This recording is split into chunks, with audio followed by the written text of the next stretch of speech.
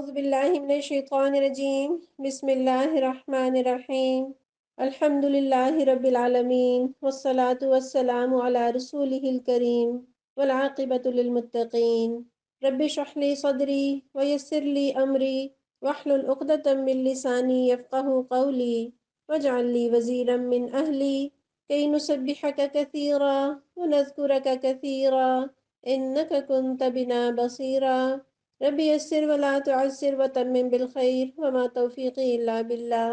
اے اللہ، اس قرآن کو ہمارے دلوں کی بہار، ہمارے سینوں کا نور اور ہمارے دکھوں اور غموں کا مداوا بنا دے۔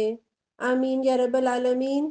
کتنے خوبصورت دن ہیں، کتنی خوبصورت راتیں، دن کو روزہ، رات کو قیام، نیکیوں کی تلاش، سحر و افطار، قرآن کے پیغام کو سمجھنے کی کوششیں۔ وہ کسی نے کہا نا، جس کی زندگی ہو رمضان کی طرح، اسے موت آئے گی عید کے چاند کی طرح۔ اللہ ہماری ان نیکیوں کو دوام عطا کرے۔ ہمیں یہ خیال رکھنا ہے کہ یہ گنتی کے چند دن ہیں، وقت تیزی سے گزر رہا ہے۔ ایک ہوشیار تاجر کی طرح خوب نیکیاں کما لیں تاکہ جنت کے باغ اپنے نام کرا سکیں، اللہ کے فضل اور اس کی توفیق سے۔ مشکوٰۃ المصابیح میں یہ روایت موجود ہے کہ حضرت ابو ہریرہ رضی اللہ عنہ بازار سے گزر رہے تھے کہ دیکھا کہ کچھ لوگ اپنے کاروبار میں مصروف ہیں، تو آپ نے ان سے فرمایا، تم لوگ یہاں ہو اور مسجد میں اللہ کے رسول صلی اللہ علیہ وسلم کی میراث تقسیم ہو رہی ہے۔ تو وہ لوگ مسجد کی طرف نکلے، وہاں جا کے دیکھا تو کچھ لوگ نمازوں میں مشغول تھے، کچھ تلاوت میں، کچھ حضرات حلال و حرام کا مذاکرہ کر رہے تھے، یعنی شرعی مسائل پہ گفتگو ہو رہی تھی۔ تو لوگوں نے حضرت ابو ہریرہ رضی اللہ عنہ سے دریافت کیا کہ آپ نے تو کہا تھا، یعنی آپ صلی اللہ علیہ وسلم کی میراث تقسیم ہو رہی ہے، وہ کہاں ہے؟ تو آپ نے فرمایا، اللہ کے رسول صلی اللہ علیہ وسلم کی میراث تو یہی ہے، یعنی علمی گفتگو کرنا، علم سیکھنا، دین کا علم سیکھنا، سمجھنا، حلال کیا ہے، حرام کیا ہے۔ یہ علم جتنا کوئی حاصل کرے گا، اس نے نبی صلی اللہ علیہ وسلم کی اتنی ہی میراث پائی۔ اور جس کے پاس علم نہیں ہوتا، اس کا کیا حال ہوتا ہے؟ بزرگ فرماتے ہیں کہ بے علم کو تو شیطان انگلیوں پر نچاتا ہے، منہ میں لگام، ناک میں نکیل ڈال کر جدھر چاہے کھینچتا پھرتا ہے۔ تو شیطان تو ہمارا ازلی دشمن ہے، ہم اس کے اشاروں پہ نہیں ناچیں گے۔ ہم تو نبی صلی اللہ علیہ وسلم کے امتی ہیں۔ اللہ ہماری ان علم کی کوششوں کو نفع بخش بنا دے۔ آئیے اللہ کی رحمت سے ہم اپنا نواں پارہ شروع کرتے ہیں۔ اعوذ باللہ من الشیطان الرجیم بسم اللہ الرحمن الرحیم۔ قال الملأ الذين استكبروا من قومه لنخرجنك يا شعيب والذين آمنوا معك من قريتنا۔ اس کی قوم کے سرداروں نے جو اپنی بڑائی کے گھمنڈ میں مبتلا تھے، اس سے کہا، اے شعیب، ہم تجھے اور ان لوگوں کو جو تیرے ساتھ ایمان لائے ہیں اپنی بستی سے نکال دیں گے۔ اَوْ لَتَعُودُنَّ فِي مِلَّتِنَا، ورنہ تم لوگوں کو ہماری ملت میں واپس آنا ہوگا۔ قَالَ وَلَوْ كُنَّا كَارِهِينَ، شعیب علیہ السلام نے جواب دیا، کیا زبردستی ہمیں پھیرا جائے گا خواہ ہم راضی نہ ہوں؟ قَدِ افْتَرَيْنَا عَلَى اللَّهِ كَذِبًا إِنْ عُدْنَا فِي مِلَّتِكُمْ بَعْدَ إِذْ نَجَّانَا اللَّهُ مِنْهَا۔ ہم اللہ پر جھوٹ گھڑنے والے ہوں گے اگر تمہاری ملت میں پلٹ آئیں، جبکہ اللہ ہمیں اس سے نجات دے چکا ہے۔ وَمَا يَكُونُ لَنَا أَن نَّعُودَ فِيهَا إِلَّا أَن يَشَاءَ اللَّهُ رَبُّنَا، ہمارے لیے تو اس کی طرف پلٹنا اب کسی طرح ممکن نہیں، الا یہ کہ خدا ہمارا رب ہی ایسا چاہے۔ وَسِعَ رَبُّنَا كُلَّ شَيْءٍ عِلْمًا، ہمارے رب کا علم ہر چیز پر حاوی ہے۔ عَلَى اللَّهِ تَوَكَّلْنَا، اسی پر ہم نے اعتماد کر لیا۔ رَبَّنَا افْتَحْ بَيْنَنَا وَبَيْنَ قَوْمِنَا بِالْحَقِّ، اے رب ہمارے اور ہماری قوم کے درمیان ٹھیک ٹھیک فیصلہ کر دے۔ وَأَنْتَ خَيْرُ الْفَاتِحِينَ، اور تو بہترین فیصلہ کرنے والا ہے۔ آپ دیکھیے، انبیاء علیہ السلام نے جب بھی دعوت دی، عام طور پر جس طبقے نے مخالفت کی، وہ معاشرے کا امیر طبقہ، مالدار طبقہ، سردار طبقہ، جنہیں اپنی لیڈری اور اپنی سرداری تکبر میں مبتلا کر دیتی ہے، جنہیں اسلام پر چلنے میں اپنے مفادات کا نقصان نظر آتا ہے، وہ اس دعوت کو برداشت نہیں کر پاتے۔ وہ اپنی زندگی پر، لائف سٹائل پر تنقید برداشت نہیں کرتے۔ وہ دعوت دینے والوں سے کہتے ہیں، یا تو تبلیغ چھوڑ دو یا وطن چھوڑ دو، بستی سے نکال دیں گے۔ اور یہ وہی ہتھیار ہے کہ جب عقلی طور پر کوئی دلیل نہ ہو تو ڈنڈے کے زور پر ایسے لوگ مخالفت کرتے ہیں۔ اور دیکھیے ایمان والوں کو کیسی کیسی مشکلات کا سامنا کرنا پڑا، وطن سے نکالے گئے، بستیوں سے نکالے گئے، لیکن ان پاک باز ہستیوں نے دین کی خاطر اپنے وطن کو چھوڑا، لیکن وطن کی خاطر دین نہیں چھوڑا۔ اور جو ایمان کی مٹھاس پا جاتا ہے، جسے ایمان کا مزہ لگ جائے، اس کے لیے اسلام سے پھرنا مشکل ہو جاتا ہے۔ آپ صلی اللہ علیہ وسلم فرماتے ہیں ایمان کی حلاوت پائی اس شخص نے جسے کفر کی طرف پلٹنا ایسے لگے جیسے آگ میں ڈالا جانا۔ یہ کیفیت کب ملتی ہے؟ جب ایمان دل میں اترتا ہے۔ اللہ ہمیں بھی ایسی ہی ایمان کی مٹھاس دے دے۔ یا مقلب القلوب ثبت قلبی علی دینک، اے دلوں کے پھیرنے والے ہمارے دل کو ایمان پر جما دے، اپنے دین پر جما دے۔ وقال الملأ الذین کفروا من قومہ، اس کی قوم کے سرداروں نے جو اس کی بات ماننے سے انکار کر چکے تھے، آپس میں کہا لئن اتبعتم شعیبا انکم اذا لخاسرون، اگر تم نے شعیب علیہ السلام کی پیروی قبول کر لی تو برباد ہو جاؤ گے۔ اس فکرے پر سرسری سے نہ گزر جائیے۔ یہ صرف اس دور کے لوگوں کی ذہنیت نہیں، بلکہ ہمیشہ سے ہر دور کے لوگ جو پیسے پیسے پر جان دیتے ہیں، جن کا ایمان ہی صرف پیسہ ہے، انہیں یہ غم لاحق ہو جاتا ہے کہ ان کی تجارت کیسے چلے گی، اور ہمارے معاملات جھوٹ، بے ایمانی اور رشوت کے بغیر تو چل ہی نہیں سکتے، نہ تجارت کے اور نہ ہی سیاست کے۔ اور اگر ہم نے کرپشن نہ کی تو ہم تو برباد ہو جائیں گے، ہلاک ہو جائیں گے، ہمارا تو بڑا نقصان ہو جائے گا۔ فَأَخَذَتْهُمُ الرَّجْفَةُ فَأَصْبَحُوا فِي دَارِهِمْ جَاثِمِينَ، مگر ہوا یہ کہ ایک دہلا دینے والی آفت نے ان کو آ لیا اور وہ اپنے گھروں میں اوندھے پڑے کے پڑے رہ گئے۔ الَّذِينَ كَذَّبُوا شُعَيْبًا كَأَن لَّمْ يَغْنَوْا فِيهَا، جن لوگوں نے شعیب علیہ السلام کو جھٹلایا وہ ایسے مٹے گویا کبھی ان گھروں میں بسے ہی نہ تھے۔ الَّذِينَ كَذَّبُوا شُعَيْبًا كَانُوا هُمُ الْخَاسِرِينَ، شعیب علیہ السلام کے جھٹلانے والے ہی آخرکار برباد ہو کے رہے۔ فَتَوَلَّى عَنْهُمْ وَقَالَ يَا قَوْمِ، شعیب علیہ السلام یہ کہہ کر ان کی بستیوں سے نکل گئے، اے میری قوم، لَقَدْ أَبْلَغْتُكُمْ رِسَالَاتِ رَبِّي وَنَصَحْتُ لَكُمْ، میں نے اپنے رب کے پیغامات تمہیں پہنچا دیے اور تمہاری خیر خواہی کا حق ادا کر دیا۔ فَكَيْفَ آسَىٰ عَلَىٰ قَوْمٍ كَافِرِينَ، اب میں اس قوم پر کیسے افسوس کروں جو قبول حق سے انکار کرتی ہے۔ پتہ چلا کہ جو لوگ نبی کو جھٹلاتے ہیں، جو نبی کے حکموں کو جھٹلاتے ہیں، دین اسلام کو جھٹلاتے ہیں، نقصان وہی اٹھاتے ہیں۔ اور انسانیت کے سب سے بڑے خیر خواہ انبیاء ہیں، اتنی محبت، اتنی دل سوزی کے ساتھ کہ مشکلات بھی برداشت کرتے جاتے ہیں اور لوگوں کو حق کی طرف دعوت بھی دیتے چلے جاتے ہیں، جہنم کے عذاب سے بچانے کی کوشش کرتے ہیں۔ اس سے بڑھ کر کسی کے لیے کوئی کیا خیر خواہی کر سکتا ہے؟ ہم بھی رک کر سوچیں ہمیں کون سا دین پسند ہے، ہمیں کب دین پسند ہوتا ہے؟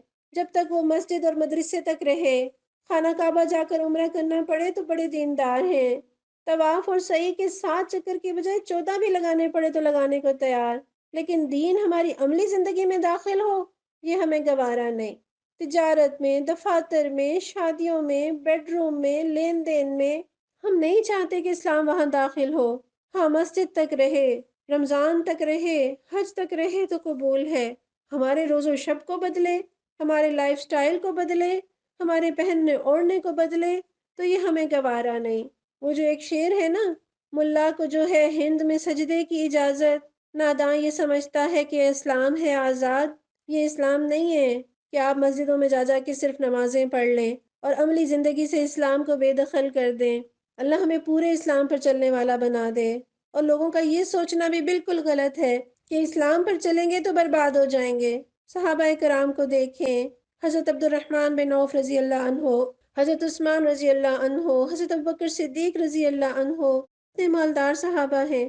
اسلام کے اصولوں پر چلیں گے تو انشاءاللہ تعالیٰ دنیا میں بھی فائدہ ہوگا، مال میں برکت ہوگی اور آخرت تو ملے گی ہی۔ اور کیسے پیغمبر فرما رہے ہیں کہ میں کیسے افسوس کروں، جو سمجھانے کے باوجود اکڑ جائے، جسے نصیحت کی بات ہی پسند نہ ہو، اور وہ اپنی زبان سے یہ کہہ تو رہے ہیں کہ کیسے افسوس کروں، لیکن ان کے لفظ لفظ سے غم جھلک رہا ہے، قوم کے ایمان نہ لانے کا، قوم کی ہلاکت کا۔ اللہ ہمیں بھی اپنے لوگوں کا ایسا ہی درد عطا کرے۔ وَمَا أَرْسَلْنَا فِي قَرْيَةٍ مِّن نَّبِيٍّ إِلَّا أَخَذْنَا أَهْلَهَا بِالْبَأْسَاءِ وَالضَّرَّاءِ لَعَلَّهُمْ يَضَّرَّعُونَ، کبھی ایسا نہیں ہوا کہ ہم نے کسی بستی میں نبی بھیجا ہو اور اس بستی کے لوگوں کو پہلے تنگی اور سختی میں مبتلا نہ کیا ہو، اس خیال سے کہ شاید وہ عاجزی پر اتر آئیں۔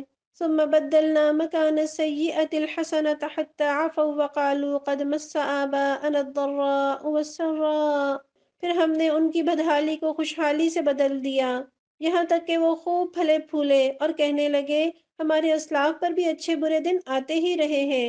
فَأَخَذْنَاهُمْ بَغْتَةً وَهُمْ لَا يَشْعُرُونَ، آخر کار ہم نے انہیں اچانک پکڑ لیا اور انہیں خبر تک نہ ہوئی۔ یہ آیات بتا رہی ہیں کہ اللہ تعالیٰ تنگی میں کیوں ڈالتے ہیں، مصیبت میں مبتلا کیوں کرتے ہیں، حالانکہ اللہ کو تو مجھ سے اور آپ سے محبت ہے، پھر وہ کسی بیماری میں یا کسی پریشانی یا غم میں کیوں مبتلا کرتے ہیں۔ تو یہاں غور کر لیجئے لعلہم یضرعون، شاید کہ وہ عاجزی پر اتر آئیں۔ اللہ کو عاجزی پسند ہے، اللہ کو جھک جانا پسند ہے، اللہ کو بندے کا رب کو پکارنا پسند ہے، اور ہم خواہش تو بڑی بڑی جنت کی کریں اور چھوٹے چھوٹے مسائل پر ایمان چھوڑ بیٹھیں۔ پھر اللہ نے فرمایا کہ وہی بدلتا ہے بدحالی کو خوشحالی سے، بدحالی میں بھی وہی مبتلا کرتا ہے، خوشحالی بھی وہی لاتا ہے۔ نعمتوں کا مل جانا بھی اللہ کی آزمائش ہے، نعمتوں کا چھن جانا بھی اللہ کی آزمائش ہے۔ کبھی اپنی زندگی کے اس دور پر غور کریں کہ بڑا غم تھا، بڑے دکھ تھے، بڑی پریشانی، بڑی تنگی تھی، پھر کیسے جائے نماز کھلا، کیسے رب سے دعائیں مانگی، کیسے گڑ گڑائے، اور پھر اللہ نے وہ دن دور کر دیے، پھر کتنا رب یاد رہا۔ اللہ نے تو خوشحالی بھی اسی لیے دی کہ رب کی طرف پلٹیں، اور بدحالی بھی اسی لیے آئی تھی کہ پروردگار کی طرف رجوع کریں، خوشی میں بھی ویسے ہی رب کو یاد کریں جیسے بدحالی میں کیا تھا۔ نبی صلی اللہ علیہ وسلم فرماتے ہیں مومن کا معاملہ عجیب ہے، اور یہ چیز مومن کے سوا کسی کو حاصل نہیں ہوتی۔ اگر اسے خوشی پہنچتی ہے تو شکر کرتا ہے اور وہ اس کے لیے بہتر ہوتا ہے، اور اگر تکلیف پہنچتی ہے تو صبر کرتا ہے اور وہ بھی اس کے حق میں بہتر ہوتا ہے۔ اللہ ہمیں ہر حال میں صبر اور شکر کرنے والا بنائے۔ اللہ ہم نعمتوں کے زوال سے تیری پناہ چاہتے ہیں، عافیت کے ہٹ جانے سے، ناگہانی سزا سے، اور تیری ہر طرح کی ناراضگی سے پروردگار تیری ہی پناہ چاہتے ہیں۔ وَلَوْ أَنَّ أَهْلَ الْقُرَىٰ آمَنُوا وَاتَّقَوْا لَفَتَحْنَا عَلَيْهِمْ بَرَكَاتٍ مِّنَ السَّمَاءِ، اگر بستیوں کے لوگ ایمان لاتے اور تقوی کی روش اختیار کرتے تو ہم ان پر آسمان سے برکتوں کے دروازے کھول دیتے، والارض اور زمین سے، ولیکن کذبوا فاخذناہم بما كانوا یکسبون، مگر انہوں نے تو جھٹلایا، لہٰذا ہم نے اس بری کمائی کے حساب میں انہیں پکڑ لیا۔ افامین اہل القریٰ ان یاتیہم بأسنا بیاتا وہم نائمون، کیا بستیوں کے لوگ اس بات سے بے خوف ہو گئے ہیں کہ ہماری گرفت کبھی اچانک ان پر رات کے وقت نہ آ جائے گی جبکہ وہ سوتے پڑے ہوں۔ اب امین اہل القریٰ ان یاتیہم بأسنا ضحی وہم یلعبون، یا انہیں اطمینان ہو گیا ہے کہ ہمارا مضبوط ہاتھ کبھی یکایک ان پر دن کے وقت نہ پڑے گا جبکہ وہ کھیل رہے ہوں۔ افامنوا مکر اللہ، کیا یہ لوگ اللہ کی چال سے بے خوف ہیں؟ فلا یأمن مکر اللہ الا القوم الخاسرون، حالانکہ اللہ کی چال سے وہی قوم بے خوف ہوتی ہے جو تباہ ہونے والی ہو۔ یہاں اللہ تعالیٰ نے بستیوں کا ذکر کیا ہے، کون سی بستی؟ ہر وہ بستی جن کے لوگ ایمان اور تقوی کی روش پر چلے، اللہ تعالیٰ کے وعدے ان کے ساتھ ہیں۔ یہاں اپنے وطن کا نام لکھ لیجئے اور پھر اس کو دہرائیے کہ اگر پاکستان کے لوگ ایمان لاتے اور تقوی کی روش اختیار کرتے تو اللہ تعالیٰ آسمان اور زمین سے برکتوں کے دروازے کھول دیتے، اور اگر ایسا نہیں ہے تو اس کا مطلب ہے کہ ہم میں کوتاہی ہے، ہم نے غلطی کی ہے، ہم نے دین کو چھوڑا ہے۔ تو اللہ کی رحمتیں چاہیے، اللہ کی برکتیں چاہیے، رزق چاہیے، تو کیا کریں؟ ایمان اور تقوی مان جائیں اور گناہوں سے پرہیز کریں۔ اور گناہوں سے پرہیز کیسے ہوگا؟ اللہ کا ڈر، اللہ کا خوف، یہی اس دنیا کی زندگی میں گناہوں سے بچائے گا۔ اور برکت کیا چیز ہے؟ برکت یہ نہیں ہے کہ ایک چیز بہت زیادہ ہو، برکت یہ ہے کہ آپ نے 1 گھنٹے میں وہ کام کر لیا جو پورے دن میں نہیں ہوا۔ کھانے میں برکت یہ ہے کہ کھانا کھا کے جو آپ کو توانائی حاصل ہوئی، وہ توانائی آپ کی کسی گناہ کے کام میں صرف نہ ہو بلکہ اس سے اللہ کی فرما برداری ہو۔ زندگی میں برکت یہ ہے کہ ہم کوئی ایسا کام کر جائیں جو مرنے کے بعد بھی ہمارے لیے صدقہ جاریہ بنتا رہے۔ برکت گنی نہیں جاتی، تولی نہیں جاتی، برکت محسوس ہوتی ہے۔ اللہ تعالیٰ ہمارے وقت میں، ہمارے مال میں، ہماری زندگی میں برکت دے دے۔ اور اللہ تعالیٰ فرما رہے ہیں کیا یہ لوگ بے خوف ہیں؟ اس بات کو اپنے اوپر رکھ کر سوچیں، کیا میں بے خوف ہوں؟ کافر تو اللہ سے بے خوف ہوں، وہ تو رب پر ایمان ہی نہیں رکھتے، وہ تو رب کی قدرتوں پر یقین ہی نہیں رکھتے۔ میں تو مسلمان ہوں، میں تو رب کی قدرت پر یقین رکھتی ہوں۔ ان اللہ علی کل شیء قدیر، وہ ہر چیز پر قدرت رکھتا ہے۔ کیا ایسا نہیں ہوتا کہ سوتے ہوئے لوگ دنیا سے رخصت ہو جائیں؟ کیا ایسا نہیں ہوتا کہ سوتے میں زلزلہ آ جائے؟ وہ دن کو بھی پکڑ سکتا ہے، وہ رات کو بھی پکڑ سکتا ہے، وہ اچانک بھی پکڑ سکتا ہے، اسے کسی کی اجازت کی ضرورت نہیں، اسے کسی کے ریئیکشن کا خوف نہیں، تو اللہ کی پکڑ سے بے خوف نہ ہو۔ حضرت حسن بصری رحمۃ اللہ علیہ کہتے ہیں کہ مومن نیک کام کرتے ہوئے بھی ڈرتا اور لرزتا رہتا ہے، اور فاجر گناہ کرتے ہوئے بھی امن اور سکون میں ہوتا ہے۔ دعا کیجئے، اللہم انی اسألک خشیتک ما تحول بینی و بین معصیتک۔ پروردگار، ہمیں تو اپنا خوف عطا کر دے جو میرے اور تیری نافرمانی کے درمیان حائل ہو جائے۔ اولم یہد للذین یرثون الارض من بعد اہلہا، اور کیا ان لوگوں کو جو سابق اہل زمین کے بعد زمین کے وارث ہوتے ہیں، اس امر واقعی نے کچھ سبق نہیں دیا؟ ان لو نشاء اصبناہم بذنوبہم، اگر ہم چاہیں تو ان کے قصوروں پر انہیں پکڑ سکتے ہیں۔ ونطبع علی قلوبہم فہم لا یسمعون، مگر وہ سبق آموز حقائق سے تغافل برتتے ہیں اور ہم ان کے دلوں پر مہر لگا دیتے ہیں، پھر وہ کچھ نہیں سنتے۔ تلک القری نقص علیک من انبائها، یہ قومیں جن کے قصے ہم تمہیں سنا رہے ہیں تمہارے سامنے مثال میں موجود ہیں۔ وَلَقَدْ جَاءَتْهُمْ رُسُلُهُمْ بِالْبَيِّنَاتِ، ان کے رسول ان کے پاس کھلی کھلی نشانیاں لے کر آئے۔ فَمَا كَانُوا لِيُؤْمِنُوا بِمَا كَذَّبُوا مِن قَبْلُ، مگر جس چیز کو وہ ایک دفعہ جھٹلا چکے تھے پھر اسے وہ ماننے والے نہ تھے۔ كَذَلِكَ يَطْبَعُ اللَّهُ عَلَى قُلُوبِ الْكَافِرِينَ، دیکھو اس طرح ہم منکرین حق کے دلوں پر مہر لگا دیتے ہیں۔ وما وجدنا لأکثرهم من عہد، ہم نے ان میں سے اکثر میں کوئی پاس عہد نہ پایا۔ وَإِن وجدنا اکثرهم لفاسقین، بلکہ اکثر کو فاسق ہی پایا۔ کیا یہ واقعات میری اور آپ کی عبرت کے لیے کافی نہیں؟ کیا یہ واقعات میری اور آپ کی نصیحت کے لیے کافی نہیں؟ کیا ہم نے اس آیت میں یہ نہیں پڑھا صَبْنَاهُمْ بِذُنُوبِهِمْ، ہم نے ان کو ان کے گناہوں کی وجہ سے پکڑا؟ تو گناہوں کی وجہ سے پکڑ ہوتی ہے۔ اللہ کی یہ رحمت ہے کہ اللہ تعالیٰ مہلت دیتے ہیں، موقع دیتے ہیں پلٹنے کا، مجھے اور آپ کو بدلنے کا موقع عطا کرتے ہیں۔ اللہ ہمیں توبہ اور اصلاح کے ذریعے پلٹنے والا بنا دے۔ پھر اللہ تعالیٰ نے مہر کا ذکر کیا، جب ایک فرد نصیحت کو سننا ہی نہ چاہے، پچھلی قوموں کے انجام سے بھی عبرت نہ پکڑے، تو ہدایت اور نصیحت تو ایسی چیز نہیں ہے جو زبردستی کسی کو دی جائے۔ اللہ ہمارے دلوں کو اسلام کے لیے کھول دے، کہ ایسا نہ ہو پے در پے گناہوں کی وجہ سے ہمارے دلوں پر مہر نہ لگ جائے۔ اور یہاں دیکھیں ان کی انا آڑے آ گئی، ایک دفعہ کا انکار ہمیشہ کے انکار میں بدل گیا۔ اللہ نہ کرے کہ ہمارے ساتھ ایسا ہو کہ ہم انکار کریں اور اس انکار پر پھر ڈٹ بھی جائیں۔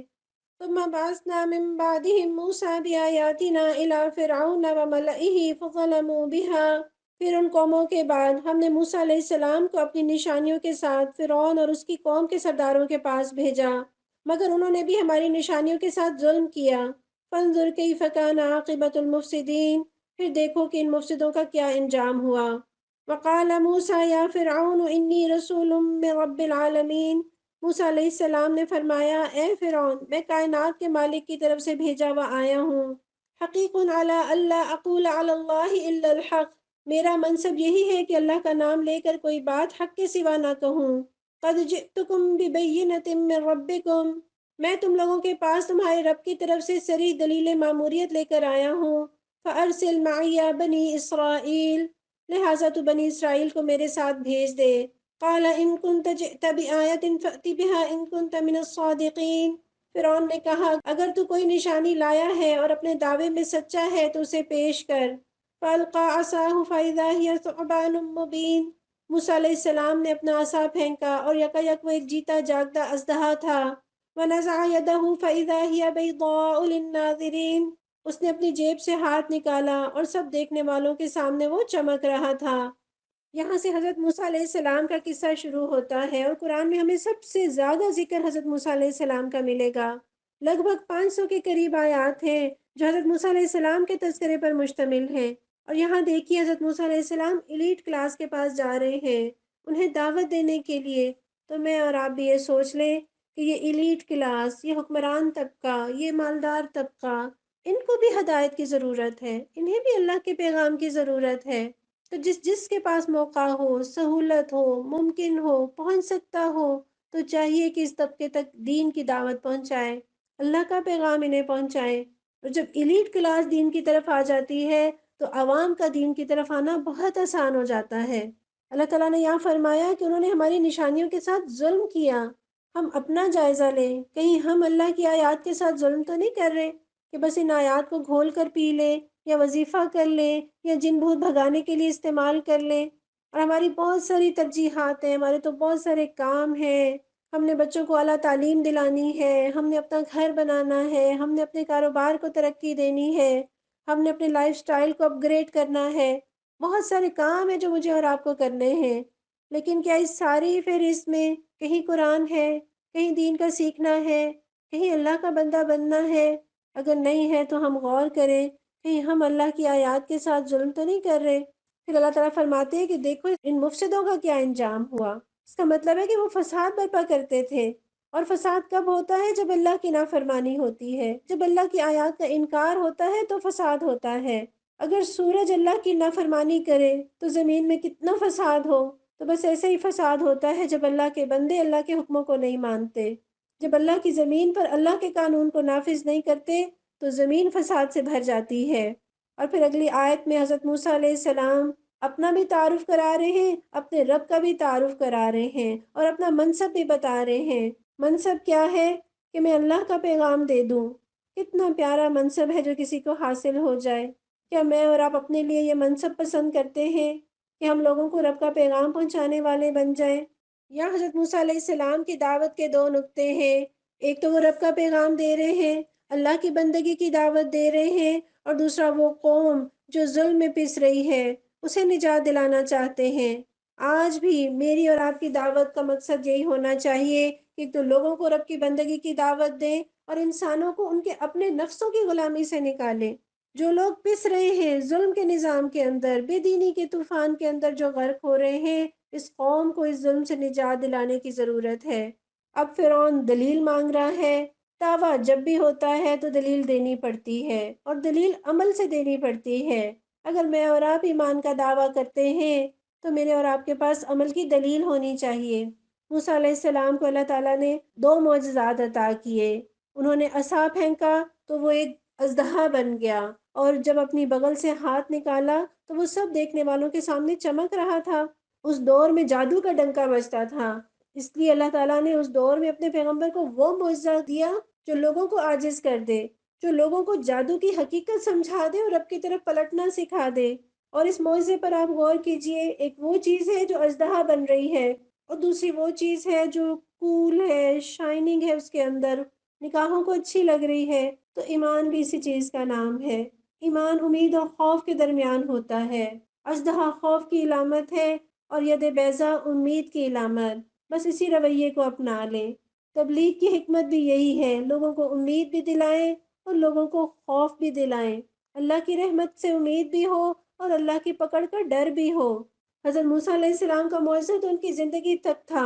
آج وہ عصا کہیں سے مل جائے تو بھی اژدہا نہیں بنے گا، لیکن میرے اور آپ کے پیارے نبی صلی اللہ علیہ وسلم کا معجزہ کون سا ہے؟ آپ کا معجزہ قرآن ہے، اور یہ معجزہ کہاں ہے؟ میرے اور آپ کے ہاتھوں میں ہے۔ الحمدللہ، اس کو پیار سے دیکھیے، اسے محبت سے چھوئیے۔ یہ آج بھی دنیا کو عاجز کر دینے والا ہے۔ یہ معجزہ آج بھی عروج دلا سکتا ہے۔ یہ پوری شان و شوکت کے ساتھ یہ معجزہ میرے اور آپ کے پاس موجود ہے۔ اس معجزے سے فائدہ اٹھا لیں، اس معجزے کو اپنی زندگی کا نصاب بنا لیں، پھر اس معجزے کی برکتیں دیکھیں۔ قال الملأ من قوم فرعون ان هذا لساحر علیم۔ اس پر فرعون کی قوم کے سرداروں نے آپس میں کہا کہ یقیناً یہ شخص بڑا ماہر جادوگر ہے۔ یرید ان یخرجکم من ارضکم فماذا تأمرون۔ تمہیں تمہاری زمین سے بے دخل کرنا چاہتا ہے، اب کہو کیا کہتے ہو۔ یہاں آپ دیکھیں اس دور کے لوگوں کی ذہنیت کہ دین کی دعوت کو جادو کہہ کر جھوٹا ثابت کرنے کی کوشش کر رہے ہیں، اور پھر یہ کہہ رہے ہیں کہ وہ تمہیں تمہاری زمین سے بے دخل کرنا چاہتا ہے، اقتدار پر قبضہ کرنا چاہتا ہے۔ بھلا جادوگر بھی کبھی انقلاب لایا کرتے ہیں؟ اور اگر جادوگر جادو کے زور پر اقتدار پر قبضہ کر سکتے ہوتے تو آج دنیا پر جادوگروں کی حکمرانی ہوتی۔ اور فرعون کو کیوں خوف تھا؟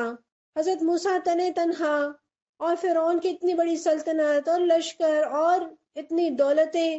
ایک ہوتا ہے معجزہ جو امپریس کرتا ہے، اور دوسری متاثر کرنے والی چیز پیش کرنے والے کی شخصیت ہوتی ہے۔ وہ معجزے سے بھی ڈرا، اور حضرت موسیٰ علیہ السلام کی جرأت، بہادری اور دلیری کی وجہ سے بھی فرعون کو خوف لاحق ہوا۔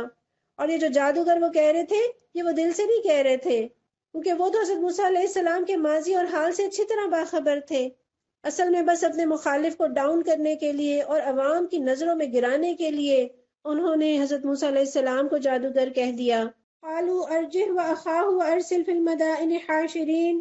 پھر ان سب نے فرعون کو مشورہ دیا کہ اسے اور اس کے بھائی کو انتظار میں رکھیے اور تمام شہروں میں ہرکارے بھیج دیجیے۔ یأتوک بکل ساحر علیم، کہ ہر ماہر فن جادوگر کو آپ کے پاس لے آئیں۔ پہلے تو اپنے لیے دعا کیجئے کہ اللہ تعالیٰ ہمیں اچھے ساتھی دے جو ہمیں اچھے مشورے دے۔ فرعون کو اس کے برے ساتھیوں نے اپنی طرف سے بڑا سمجھداری کا مشورہ دیا کہ عجلت میں کوئی کاروائی نہ کی جائے، ابھی ذرا ان کو ٹالیے، ذرا ماہرین کو جمع کر لیں، پھر کسی جلسہ عام میں وہ اپنے فن سے ان کو ایسی شکست دیں کہ ان کی ہوا اکھڑ جائے۔ اور یہ ہرکارے بھیجے جانا، یہ اس دور کا میڈیا ہے جو سچ کو جھوٹ ثابت کرنے پر تلا ہوا ہے۔ ہمارا آج کا میڈیا بھی اسی مقصد کے لیے کثرت سے استعمال کیا جا رہا ہے۔ اور یہاں دیکھیں کہ اللہ تعالیٰ اپنے دین کا کام دشمن سے بھی لے لیتا ہے۔ اس وقت حضرت موسیٰ علیہ السلام کے پاس نہ اتنے وسائل تھے، نہ اتنے ذرائع تھے کہ وہ دعوت کے پیغام کو عام کر سکتے۔ اللہ نے دین کے دشمنوں سے یہ کام لے لیا، فرعون سے یہ کام لے لیا، اس پیغام کو پوری سلطنت میں پھیلا دیا، لوگوں کو دعوت دی۔ اللہ کافروں سے بھی دین کا کام لے لیتا ہے، اللہ ابابیلوں سے بھی دین کی خدمت کا کام لے لیتا ہے۔ اللہ کے لیے کیا مشکل ہے؟ وَجَاءَ السَّحَرَةُ فِرْعَوْنَ قَالُوا إِنَّ لَنَا لَأَجْرًا إِن كُنَّا نَحْنُ الْغَالِبِينَ۔ چنانچہ جادوگر فرعون کے پاس آ گئے، انہوں نے کہا اگر ہم غالب رہے تو ہمیں اس کا صلہ تو ضرور ملے گا۔ قَالَ نَعَمْ وَإِنَّكُمْ لَمِنَ الْمُقَرَّبِينَ۔ فرعون نے جواب دیا ہاں، اور تم مقرب بارگاہ ہوگے۔ انبیاء علیہ السلام کے بارے میں تو آپ پڑھ آئے ہیں کہ وہ کہتے ہیں کہ ہمیں اس کام پر کوئی اجرت نہیں چاہیے، لیکن دنیا والے پہلے معاوضہ طلب کرتے ہیں۔ اور دیکھ لیجئے جادوگروں نے بھی دنیا کے لیے فرعون سے امیدیں لگائیں، اور فرعون نے بھی اقتدار بچانے کے لیے جادوگروں سے امید لگائی۔ قالوا یا موسیٰ اما ان تلقی و اما ان نکون نحن الملقین۔ پھر انہوں نے موسیٰ علیہ السلام سے کہا تم پھینکتے ہو یا ہم پھینکے؟ قال القوا۔ موسیٰ علیہ السلام نے جواب دیا تم ہی پھینکو۔ فلما القوا سحروا اعین الناس واسترهبوهم وجاءوا بسحر عظیم۔ انہوں نے جو اپنے آنچر پھینکے تو نگاہوں کو مسرور اور دلوں کو خوفزدہ کر دیا اور بڑا ہی زبردست جادو بنا کر لائے۔ بعض علماء لکھتے ہیں کہ یہاں جادوگروں کے انداز میں ادب ہے، احترام ہے، اور کسی گستاخ کو توبہ کی یا ایمان کی توفیق نصیب نہیں ہوتی۔ یہاں جادوگروں نے جو کہا ادب سے کہا کہ آپ پھینکتے ہیں یا ہم پھینکیں، یعنی اگر حضرت موسیٰ علیہ السلام چاہیں تو پہلے اپنے فن کا وہ مظاہرہ کر لیں، اور ساتھ ہی اپنی دبی ہوئی خواہش کا اظہار بھی کر دیا کہ وگرنہ ہم پہل کرنے کو تیار ہیں۔ لیکن حضرت موسیٰ علیہ السلام اتنے کانفیڈنٹ ہیں کہ ان کے پاس اللہ کی طرف سے حق ہے، معجزہ ہے، اس لیے تسلی سے کہہ رہے ہیں کہ تم ہی پھینکو۔ حق تو حق ہے، پہلے پیش ہو یا بعد میں، دونوں صورتوں میں حق ہی رہتا ہے۔ اس کے اندر بھی حکمت کا نقطہ ہے کہ پہلے آپ مخالف کی بات سنیے، اس کے دل میں جو اعتراضات ہیں، جو سوالات ہیں، یا اس کی جو سوچ ہے آپ کو پتہ چل جاتی ہے، پھر آپ اس کی سوچ اور اس کی ذہنیت کے مطابق اسے جواب دیجئے، اور تاریکی کے بعد ہی روشنی کی اہمیت پتہ چلتی ہے۔ پہلے انہوں نے اپنا جادو دکھایا، پھر حضرت موسیٰ علیہ السلام نے جب حق کو اور معجزے کو پیش کیا تو وہ سارے جادو کا اثر ختم ہو گیا، اور جادو کتنا ہی بڑا کیوں نہ ہو اس سے چیز کی ماہیت نہیں بدلتی، بس یہ آنکھوں کا دھوکہ ہوتا ہے۔ وَأَوْحَيْنَا إِلَى مُوسَىٰ أَنْ أَلْقِ عَصَاكَ۔ ہم نے موسیٰ علیہ السلام کو اشارہ کیا کہ پھینکیے اپنا عصا۔ فَإِذَا هِيَ تَلْقَفُ مَا يَأْفِكُونَ۔ اس کا پھینکنا تھا کہ آن کی آن میں وہ ان کے جھوٹے طلسم کو نگلتا چلا گیا۔ فَوَقَعَ الْحَقُّ وَبَطَلَ مَا كَانُوا يَعْمَلُونَ۔ اس طرح جو حق تھا وہ حق ثابت ہوا، اور جو کچھ انہوں نے بنا رکھا تھا وہ باطل ہو کر رہ گیا۔ فَغُلِبُوا هُنَالِكَ وَانقَلَبُوا صَاغِرِينَ۔ فرعون اور اس کے ساتھی میدان مقابلہ میں مغلوب ہوئے اور فتح مند ہونے کی بجائے الٹے ذلیل ہو گئے۔ حضرت موسیٰ علیہ السلام نے وہ معجزہ جو اللہ نے انہیں عطا کیا تھا اسے پیش کر دیا، لاٹھی کو پھینک دیا، اور وہ لاٹھی ایسا اژدہا بن گئی کہ ان کے جھوٹے طلسم کو نگلتی چلی گئی۔ حالانکہ وہ جو جادو بنا کر لائے تھے وہ بہت زبردست تھا، اسے اللہ تعالیٰ بڑا کہہ رہے ہیں، اور واقعی کفار کی جو چالیں ہیں، جو ان کے پروپیگنڈے ہیں، جو ان کی محنتیں ہیں، دلوں کو ڈرا دینے والی ہوتی ہیں۔ لیکن ایک مومن جس کے دل میں ایمان ہو وہ کافروں سے نہیں ڈرتا، وہ ان کی چالوں سے نہیں ڈرتا۔ حضرت موسیٰ علیہ السلام کی اس بات سے ہم بھی یہ سیکھیں کہ ہم پیش کر دیں اپنا دین، ہم پیش کر دیں وہ معجزہ جو میرے اور آپ کے ہاتھوں میں ہے قرآن کی صورت میں، اور جتنے بھی بے دینی ہے، جتنی بھی جھوٹی ملمہ سازی ہے، فریب ہے، دھوکہ ہے، سب ختم ہو جائے گا، جہالت کے اندھیرے دور ہو جائیں گے، جادوگر تو شہرت چاہتے تھے، مال چاہتے تھے، فائدہ چاہتے تھے، اور اللہ کے بندے کیا چاہتے ہیں کہ اس کی محنت کے ذریعے دنیا اللہ کا بندہ بن جائے۔ اللہ کرے یہ معجزہ قرآن جو میرے اور آپ کے ہاتھوں میں ہے ہمیں رب کا بندہ بننا سکھا دے۔ وَأُلْقِيَ السَّحَرَةُ سَاجِدِينَ، اور جادوگروں کا حال یہ ہوا گویا کسی چیز نے اندر سے انہیں سجدے میں گرا دیا۔ قَالُوا آمَنَّا بِرَبِّ الْعَالَمِينَ، کہنے لگے ہم نے مان لیا رب العالمین کو، ربی موسیٰ و ہارون، اس رب کو جسے موسیٰ اور ہارون مانتے ہیں۔ جس طرح جوہری کو ہی اصل ہیرے کی پہچان ہوتی ہے، اسی طرح ہر فن کا ماہر اپنے فن کو اچھی طرح جانتا ہے۔ اس لیے جادوگر پہچان گئے کہ حضرت موسیٰ علیہ السلام کے ہاتھ میں جو کچھ ہے یہ جادو نہیں، یہ تو معجزہ ہے، یہ تو کوئی اور ہی چیز ہے۔ دعا کریں اللہ تعالیٰ ہمیں بھی مان جانے والا بنا دے۔ اور یہاں آپ دیکھیے کہ حق سامنے آ جائے اور دل تسلیم کر لے تو ماننے میں جلدی کر لے۔ اگر انسان فطرتاً اچھا ہو تو ایک آیت، ایک نشانی، ایک واقعہ بھی انسان کو پلٹنے کے لیے کافی ہوتا ہے۔ انہوں نے کوئی ہزاروں نشانیاں نہیں دیکھی، ایک نشانی نے انہیں پلٹا دیا۔ ہم کتنے سالوں سے قرآن پڑھ رہے ہیں، کتنے سالوں سے رمضان کے روزے رکھ رہے ہیں، زندگی میں تبدیلی کیوں نہیں آتی؟ اللہ ہمیں بھی پلٹنے والا بنا دے۔ قال فرعون آمنتم به قبل ان آذن لكم، فرعون نے کہا تم اس پر ایمان لے آئے قبل اس کے کہ میں تمہیں اجازت دوں۔ ان هذا لمکر مکرتموہ فی المدینہ لتخرجوا منها اہلها، یقیناً یہ کوئی خفیہ سازش تھی جو تم لوگوں نے اس دارالسلطنت میں تیار کی تاکہ اس کے مالکوں کو اقتدار سے بے دخل کر دو۔ فسوف تعلمون، اچھا تو اس کا نتیجہ اب تمہیں معلوم ہوا جاتا ہے۔ لَأُقَطِّعَنَّ أَيْدِيَكُمْ وَأَرْجُلَكُمْ مِنْ خِلَافٍ ثُمَّ لَأُصَلِّبَنَّكُمْ أَجْمَعِينَ، میں تمہارے ہاتھ پاؤں مخالف سمتوں سے کٹوا دوں گا اور اس کے بعد تم سب کو سولی پر چڑھاؤں گا۔ قَالُوا إِنَّا إِلَىٰ رَبِّنَا مُنْقَلِبُونَ، انہوں نے جواب دیا بہرحال ہمیں پلٹنا اپنے رب ہی کی طرف ہے۔ وَمَا تَنْقِمُ مِنَّا إِلَّا أَنْ آمَنَّا بِآيَاتِ رَبِّنَا لَمَّا جَاءَتْنَا، تو جس بات پر ہم سے انتقام لینا چاہتا ہے وہ اس کے سوا کچھ نہیں کہ ہمارے رب کی نشانیاں جب ہمارے سامنے آ گئیں تو ہم نے اسے مان لیا۔ ربنا افرغ علینا صبرا وتوفنا مسلمین، اے رب ہم پر صبر کا فیضان کر اور ہمیں دنیا سے اٹھا تو اس حال میں کہ ہم تیرے فرما بردار ہوں۔ اس شکست سے فرعون کی جو سبکی ہو رہی تھی اس نے اس کا توڑ کرنے کے لیے پہلے ملی بھگت کا الزام لگایا، پھر سزا کا اعلان کر کے مجمع کو بھی خوفزدہ کرنا چاہا کہ موسیٰ علیہ السلام پر ایمان لانے کا نتیجہ کیا نکل سکتا ہے تاکہ لوگ اس کی جرات نہ کریں۔ اور دیکھیں مجلس تو فرعون نے سجائی تھی، اس نے جادوگروں کو ٹیے ڈیے دے کر بلایا تھا، محفل اس کی تھی، اس کی مرضی کے خلاف کسی نے کوئی اور بات کر دی، یہ کیسے ہو سکتا ہے؟ تو جادوگروں کے اس طرز عمل سے سیکھتے ہیں کہ حق کی بات کریں چاہے جہاں کہیں بھی ہو۔ اور اس نے یہ کیوں کہا کہ مخالف سمتوں میں ہاتھ پاؤں کٹواؤں گا، ایک طرف کا ہاتھ اور دوسری طرف کا پاؤں، تاکہ سسک سسک کر جان دے۔ لیکن ان کا ایمان دیکھیے، ان کا جذبہ دیکھیے، دل کے اندر ایمان کی روشنی آئی تو دل کیسے جگمگا اٹھا، چمک اٹھا، ایسے لگا جیسے کبھی دل پر تاریکی چھائی نہیں تھی۔ گوشت پوست کے انسان نہیں لگ رہے، استقامت کا پہاڑ لگ رہے ہیں۔ جب یہ بات سمجھ آ گئی کہ جانا رب ہی کے پاس ہے تو کیوں نہ رب کو راضی کرتے ہوئے جائیں، اس حال میں جائیں کہ رب ہم سے راضی ہو اور ہم اپنے انجام سے خوش ہوں، یا تو رب کی طرف پلٹنا نہ ہو پھر تو اپنی مرضی کر لیں۔ جب پلٹنا رب کی طرف ہے تو اس کی نافرمانی کر کے کس منہ سے جائیں گے اس کے پاس؟ اللہ ہمیں بھی دین پر ڈٹ جانے والا بنا دے، اللہ ہمیں اپنی پسند کا بنا دے۔ اور یہاں یہ بھی دیکھیے کہ ظالم حکمران دلیل کا جواب تشدد سے دیتے ہیں، اور فرعون کی آنکھوں میں آنکھیں ڈال کر بات کون کر رہا ہے؟ جو اس کے ملازم ہیں۔ اسلام ایسے ہی انسان کو بہادر بناتا ہے، یہ شہادت گہے الفت میں قدم رکھنا ہے۔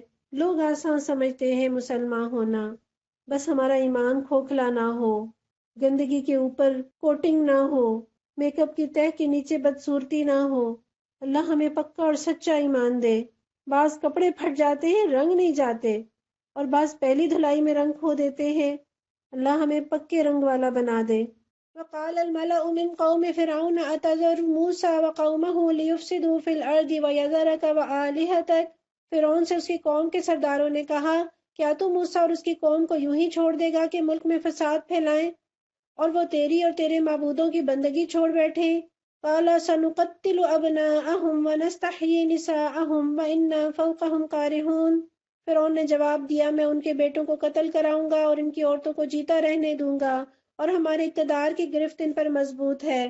قال موسیٰ لقومہ استعینوا باللہ واصبروا، موسیٰ علیہ السلام نے اپنی قوم سے کہا اللہ سے مدد مانگو اور صبر کرو۔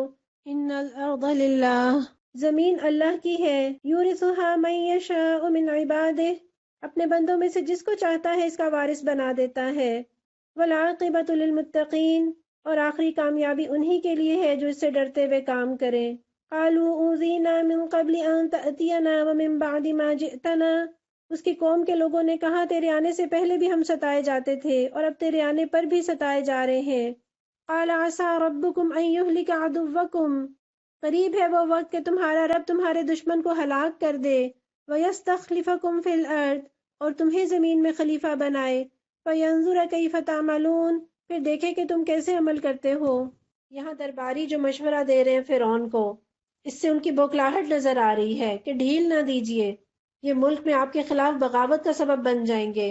اور فرعون کا جواب دیکھیے کہ یہ پوری طرح ہمارے قابو میں ہیں، ان کی زندگیاں بھی ہمارے قابو میں ہیں، ہم ان کے بیٹوں کو قتل کر کے ان کی نسل ہی ختم کر دیں گے۔ اور وہ ایک دم نکالنا بھی نہیں چاہ رہا تھا کہ سارے بنی اسرائیلیوں کو نکال دے، اگر نکال دیتا تو لیبر کہاں سے لاتے، انہیں بیگار چاہیے تھی۔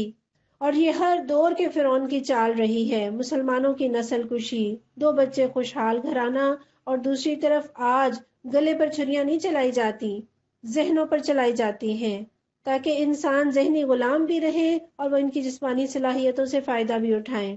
وہ پہلے دور تھا جب جنگیں لڑی جاتی تھی سرحدوں پر، آج کلچر کا غلام بنا کر، اپنی پروڈکٹس اور معیشت کا غلام بنا کر شکست دی جاتی ہے۔ اور پھر اچھے لیڈر کی نشانی دیکھیے کہ ڈٹے ہوئے ہیں خود بھی اور ڈٹے رہنے کا حوصلہ دے رہے ہیں، اور آزمائشوں پر استقامت اللہ کی مدد کے بغیر نہیں ہو سکتی۔ اللہ سے مدد مانگے، تسلی دے رہے ہیں، حوصلہ بڑھا رہے ہیں، ایمان کا لیول بڑھاتے جائیں، نعمتوں کا لیول خود بخود بڑھتا چلا جائے گا۔ لیکن بنی اسرائیلیوں کا جواب، ان کے کمزور ایمان کی نشانی کہ تیرے آنے سے پہلے بھی ہم ستائے جاتے تھے، یعنی جب حضرت موسیٰ علیہ السلام کی پیدائش کا دور تھا اس وقت بھی یہی سزا نافذ تھی۔ آج موسیٰ لیڈر بن کر، پیغمبر بن کر ان کے پاس موجود ہیں اور آج بھی یہی آزمائشیں ہیں، تو انسان بڑا جلد باز ہے، وہ جلدی کامیابی چاہتا ہے، لیکن پیغمبر امید دلاتے ہیں۔ ایمان والے سخت ترین حالات میں بھی مایوس نہیں ہوتے۔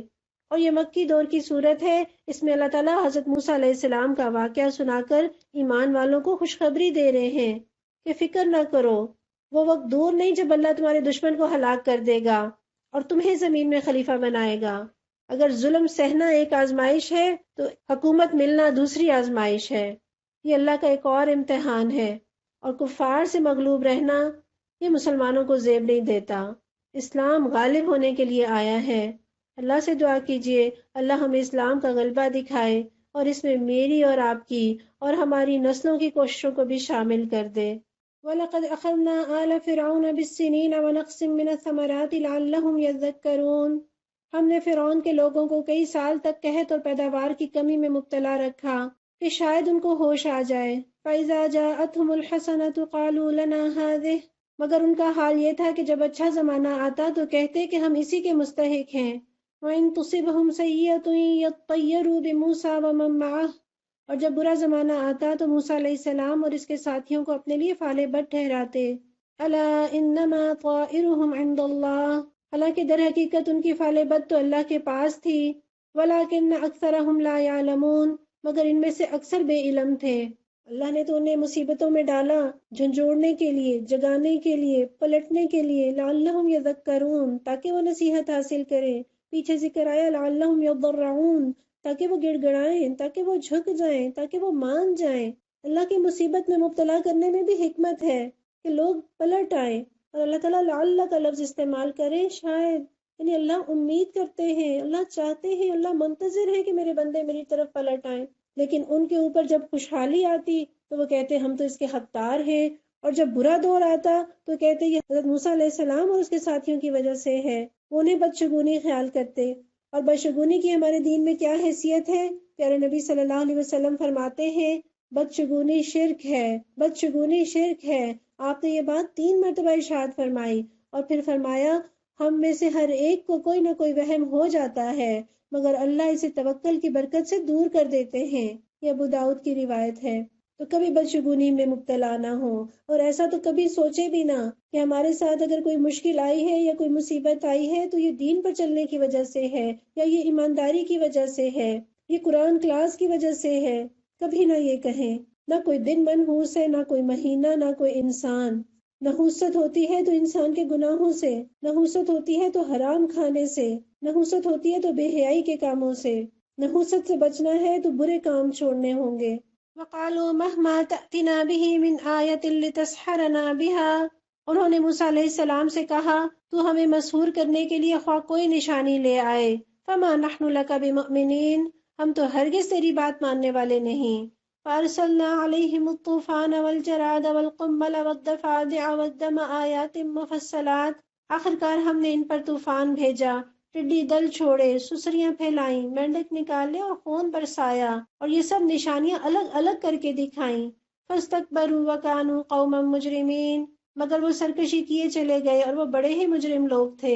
وَلَمَّا وَقَعَ عَلَيْهِمُ الرِّجْزُ قَالُوا يَا مُوسَى ادْعُ لَنَا رَبَّكَ بِمَا عَهِدَ عِندَكَ، جب کبھی ان پر بلا نازل ہو جاتی تو کہتے اے موسیٰ علیہ السلام، تجھے اپنے رب کی طرف سے جو منصب حاصل ہے اس کی بنا پر ہمارے حق میں دعا کر۔ لَئِن كَشَفْتَ عَنَّا الرِّجْزَ لَنُؤْمِنَنَّ لَكَ وَلَنُرْسِلَنَّ مَعَكَ بَنِي إِسْرَائِيلَ، اگر اب کہ تو ہم پر سے یہ بلا ٹلوا دے تو ہم تیری بات مان لیں گے اور بنی اسرائیل کو تیرے ساتھ بھیج دیں گے۔ فَلَمَّا كَشَفْنَا عَنْهُمُ الرِّجْزَ إِلَىٰ أَجَلٍ هُمْ بَالِغُوهُ إِذَا هُمْ يَنكُثُونَ، مگر جب ہم ان پر سے اپنا عذاب ایک وقت مقرر تک کے لیے جس کو وہ پہنچنے والے تھے ہٹا لیتے تو وہ یکلخت اپنے عہد سے پھر جاتے۔ فَانْتَقَمْنَا مِنْهُمْ فَأَغْرَقْنَاهُمْ فِي الْيَمِّ بِأَنَّهُمْ كَذَّبُوا بِآيَاتِنَا وَكَانُوا عَنْهَا غَافِلِينَ، تب ہم نے ان سے انتقام لیا اور انہیں سمندر میں غرق کر دیا کیونکہ انہوں نے ہماری نشانیوں کو جھٹلایا تھا اور ان سے بے پرواہ ہو گئے تھے۔ آل فرعون نے جب اللہ کے نبی کو جھٹلایا تو اللہ تعالیٰ نے پہلے ان کے اوپر چھوٹے چھوٹے عذابوں کا سلسلہ شروع کیا۔ ان پر قحط کا عذاب آیا اور وہ قحط سالی کو بھی حضرت موسیٰ علیہ السلام کا جادو قرار دیتے تھے، حالانکہ جادوؤں میں ایسی کوئی طاقت نہیں ہوتی کہ وہ کسی علاقے پر خشک سالی مسلط کر دیتے۔ پھر خشک سالی کے بعد اللہ نے ان کے اوپر زوردار بارش برسائی اور وہ طوفان کی شکل اختیار کر گئی، ان کی فصلیں پانی میں ڈوب کر تباہ ہونے لگیں۔ تو حضرت موسیٰ علیہ السلام کے پاس آئے کہ دعا کرو، اگر بارش تھم گئی، ہماری فصلیں بچ گئیں تو ہم ایمان لے آئیں گے۔ حضرت موسیٰ علیہ السلام نے دعا کی، بارش تھم گئی، فصلیں بچ گئیں، پھر وہ اپنے عہد سے پھر گئے۔ پھر اللہ تعالیٰ نے ان کی پکی ہوئی تیار فصلوں پر ٹڈیوں کے دل بھیج دیے۔ پھر جب انہوں نے دیکھا کہ یہ تو ٹڈیاں ان کی ساری فصلوں کو چٹ کر جائیں گی، پھر حضرت موسیٰ کی طرف دوڑے، پھر دعا کی درخواست کی۔ پھر جب ان کی دعا سے انہیں عذاب سے نجات ملی تو انہوں نے غلہ کاٹ کر گھروں میں محفوظ کر لیا، پھر اکڑ بیٹھے۔ اب اللہ تعالیٰ نے ان کے اس ذخیرہ کردہ غلہ میں سرسری کا عذاب بھیج دیا کہ وہ ذخیرہ کردہ غلہ پڑا ہی ناکارہ ہو جائے۔ یہ صورتحال دیکھ کر وہ پھر موسیٰ علیہ السلام کے پاس آئے، پھر دعا کی درخواست کی، ایمان لانے کا عہد کیا۔ یہ عذاب آپ کی دعا سے دور ہوا تو پھر عہد توڑ بیٹھے۔ پھر مینڈکوں کی اس قدر بہتات ہوئی کہ کھانا کھانے بیٹھتے تو ہر طرف مینڈک چڑھ آتے، کبھی کھانے میں جا پڑتے، کبھی سالن کے برتن میں، کبھی ان کے کھانے کے لیے کھولے ہوئے منہ میں، اور پانی پینے لگتے تو وہ خون کی شکل اختیار کر جاتا، حتیٰ کہ ان کا جینا دھوپر ہو گیا۔ پھر حضرت موسیٰ کے پاس آئے، پھر وہی التجا، پھر وہی وعدے، پھر آپ نے دعا کی، ان سے یہ عذاب بھی ٹل گیا، لیکن پھر اکڑ بیٹھے اور ان سارے عذابوں کو وہ جادو کے کرشمے ہی سمجھتے رہے۔ یہ 5 عذاب یک کے بعد دیگرے آئے، اس کے بعد چھٹا عذاب رجز۔ مفسرین کہتے ہیں کہ یہ طاعون کا عذاب آیا، گھر گھر میں میتیں ہونے لگیں، جنازے اٹھنے لگے، وہ لوگ غم سے نڈھال ہونے لگے۔ اس موقع پر اللہ تعالیٰ نے حضرت موسیٰ علیہ السلام سے کہا کہ اپنے لوگوں کو لے کر نکل جاؤ، کہ وہ اس قابل نہیں ہے، اس حال میں نہیں ہے کہ تمہارا پیچھا کر سکے۔ اسی لیے جب وہ بحیرہ قلزم تک پہنچ گئے تو پھر فرعون کا لشکر کہیں پیچھے ان کے گیا۔ تو ہم ان کا حال پڑھ رہے ہیں اور ہم دیکھ رہے ہیں کہ ہائے کتنے ضدی لوگ تھے، کتنے ہٹ دھرم لوگ تھے، اتنی مصیبتیں آئیں، اتنے عذاب آئے، پھر بھی وہ اتنے سرکش اور اتنے نافرمان کہ پلٹے نہیں۔ تو ذرا ٹھہر کر اپنا جائزہ لے لیں، کیا ہمیں کرونا کی مصیبت نے رب کی طرف پلٹنے کا جذبہ دیا ہے؟ کیا ہمیں اللہ کی قدرت دکھائی ہے کہ اللہ چاہے تو پوری دنیا کو ایک نظر نہ آنے والے وائرس کے نتیجے میں معطل کر کے رکھ دے؟ کتنی جانیں اس نے لے لی، کیا پھر بھی ہم اللہ کی طرف پلٹے؟ ہم نے توبہ استغفار کی، ہم نے گناہ چھوڑے، ہم نے بے ایمانی چھوڑی، ہم نے بے پردگی چھوڑی۔ اللہ تو مصیبت لاتے ہی اس لیے ہیں کہ لوگ اس کی طرف پلٹے تاکہ اخروی عذاب سے بچ جائیں۔ اللہ تعالیٰ تو ہمیں توبہ اور اصلاح کے ذریعے پلٹنے والا بنا دے۔ وَأَوْرَثْنَا الْقَوْمَ الَّذِينَ كَانُوا يُسْتَضْعَفُونَ مَشَارِقَ الْأَرْضِ وَمَغَارِبَهَا الَّتِي بَارَكْنَا فِيهَا، اور ان کی جگہ ہم نے ان لوگوں کو جو کمزور بنا کر رکھے گئے تھے اس سرزمین کے مشرق و مغرب کا وارث بنا دیا جسے ہم نے برکتوں سے مالا مال کیا تھا۔ وَتَمَّتْ كَلِمَةُ رَبِّكَ الْحُسْنَى عَلَى بَنِي إِسْرَائِيلَ، اس طرح بنی اسرائیل کے حق میں تیرے رب کا وعدہ خیر پورا ہوا۔ بما صبروا، کیونکہ انہوں نے صبر سے کام لیا تھا۔ وَدَمَّرْنَا مَا كَانَ يَصْنَعُ فِرْعَوْنُ وَقَوْمُهُ وَمَا كَانُوا يَعْرِشُونَ، اور فرعون اور اس کی قوم کا وہ سب کچھ برباد کر دیا جو وہ بناتے اور چڑھاتے تھے۔ وہ لوگ کہ جن سے بےگار لی جاتی تھی، جن کی بے بسی اس قدر انتہا پر تھی کہ ان کے شیر خوار بیٹے قتل کر دیے جاتے، لیکن جب صبر کیا، دین پر جمے رہے، تو اللہ تعالیٰ نے انہیں کیسی کامیابی عطا کی۔ اللہ تو اپنے وعدے پورے کرتا ہے، اگر تعداد میں کم ہیں، اگر کمزور ہیں، ڈٹے رہیے، انشاءاللہ دین غالب آئے گا، انشاءاللہ یہ مشکلات دور ہوں گی۔ وَتُعِزُّ مَن تَشَاءُ وَتُذِلُّ مَن تَشَاءُ بِيَدِكَ الْخَيْرُ، وہ جسے چاہے عزت دے، وہ جسے چاہے ذلیل کرے، ساری خیر تو اس کے قبضہ قدرت میں ہے۔ بس ہمارا کام کیا ہے کہ خوشیوں میں بھی رب کو ناراض نہ کریں اور پریشانیوں میں بھی رب کی طرف رجوع کریں، اللہ کی طرف پلٹیں۔ اللہ کے دین پر جم جانا، ڈٹ جانا، یہ کامیابی کے لیے ضروری ہے۔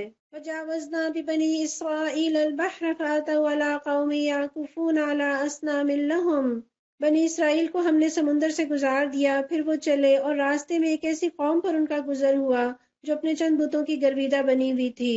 قالوا یا موسیٰ اجعل لنا الہا کما لہم آلہہ، کہنے لگے اے موسیٰ ہمارے لیے بھی کوئی ایسا معبود بنا دے جیسے ان لوگوں کے معبود ہیں۔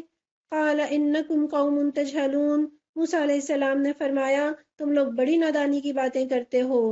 ان ہؤلاء متبر ما ہم فیہ وباطل ما کانوا یعملون، یہ لوگ جس طریقے کی پیروی کر رہے ہیں وہ تو برباد ہونے والا ہے، اور جو عمل وہ کر رہے ہیں وہ سراسر باطل ہے۔ قال اغیر اللہ ابغیکم الہا وہو فضلکم علی العالمین، پھر موسیٰ علیہ السلام نے فرمایا کیا میں اللہ کے سوا کوئی اور معبود تمہارے لیے تلاش کروں، حالانکہ وہ اللہ ہی ہے جس نے تمہیں دنیا بھر کی قوموں پر فضیلت بخشی۔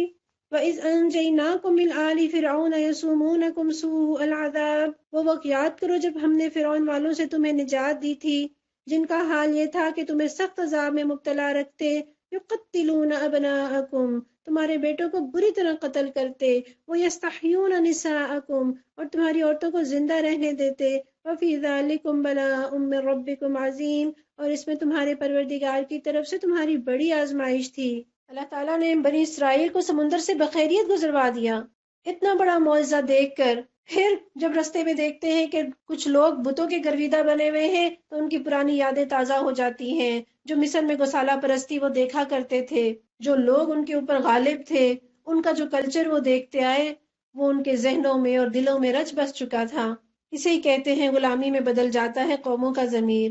اور شاہ عبد القادر لکھتے ہیں کہ جاہل آدمی نظر نہ آنے والے رب کی عبادت کر کے تسکین نہیں پاتا جب تک اس کے سامنے ایک صورت نہ ہو، اور شاید اسی لیے نبی صلی اللہ علیہ وسلم نے فتح مکہ کے بعد سارے بت مٹا دیے تاکہ کسی کمزور ایمان والے کے لیے کوئی فتنہ نہ بنے۔ ترمذی کی روایت ہے کہ پیارے نبی صلی اللہ علیہ وسلم ایک مرتبہ کسی لڑائی میں تشریف لے گئے، وہاں آپ نے ایک بیری کا درخت دیکھا تو لوگوں نے اللہ کے رسول صلی اللہ علیہ وسلم سے خواہش کی کہ جس طرح کافروں نے ایک درخت مقرر کر رکھا ہے جس پر وہ اپنے کپڑے اور ہتھیار لٹکاتے ہیں اور اس کے گرد جمے رہتے ہیں، اسی طرح آپ ہمارے لیے بھی ایک درخت مقرر کر دیجئے۔ آپ نے فرمایا کہ تو وہی مثال ہوئی جیسے بنی اسرائیل نے موسیٰ سے کہا تھا ہمیں بھی ایک بت بنا دیجئے جس طرح ان کے بت ہیں۔ اللہ اکبر، لوگوں کی فطرت میں ہے کہ وہ بیلے ٹھیلے اور ظاہر نظر آنے والی چیزوں سے ریجھتے ہیں، ان سے مرعوب ہوتے ہیں، ان سے مانگنا چاہتے ہیں، لیکن یہ حدیث بھی یاد رکھیے پیارے نبی فرماتے ہیں جس نے کسی قوم کی مشابہت اختیار کی وہ انہی میں شمار ہوگا۔ اور ہم بھی اپنا جائزہ لیں، انگریز کب کا جا چکا لیکن ہم ابھی تک ذہنی طور پر اس کے غلام ہیں۔ اللہ نے ہندوؤں سے کب سے نجات دے دی، ابھی بھی ہندوانہ رسمیں ہمارے روز و شب اور ہماری خوشی غمی کا حصہ ہیں، تو اس ذہنی غلامی سے نکلنے کی ضرورت ہے۔ اور حضرت موسیٰ علیہ السلام فرما رہے ہیں کیا میں اللہ کو چھوڑ کر تمہارے لیے کوئی اور معبود تلاش کروں؟ کہ اللہ کو چھوڑ کر تمہارے لیے پتھر اور لکڑی کے بت بناؤں؟ میں اور آپ اقرار کریں پروردگار ہم آپ کو رب مانتے ہیں، ہمیں کوئی اور معبود نہیں چاہیے۔ رضیت باللہ ربا، پروردگار ہم تیرے رب ہونے پر راضی۔ اللہ تعالیٰ نے ہمیں ہندوؤں کے ظلم سے نجات دی، اتنی محنتوں اور قربانیوں کے بعد ہمیں وطن عزیز میسر آیا۔ اللہ دیکھنا چاہتا ہے کہ پھر تم اس میں حاکمیت اللہ کی قائم کرتے ہو یا ابھی تک انگریزوں کے قانون پر عمل درآمد کرتے ہو۔ اللہ ہمیں اپنے وطن عزیز میں دین اسلام، قانون شریعت کو غالب کرنے والا بنا دے۔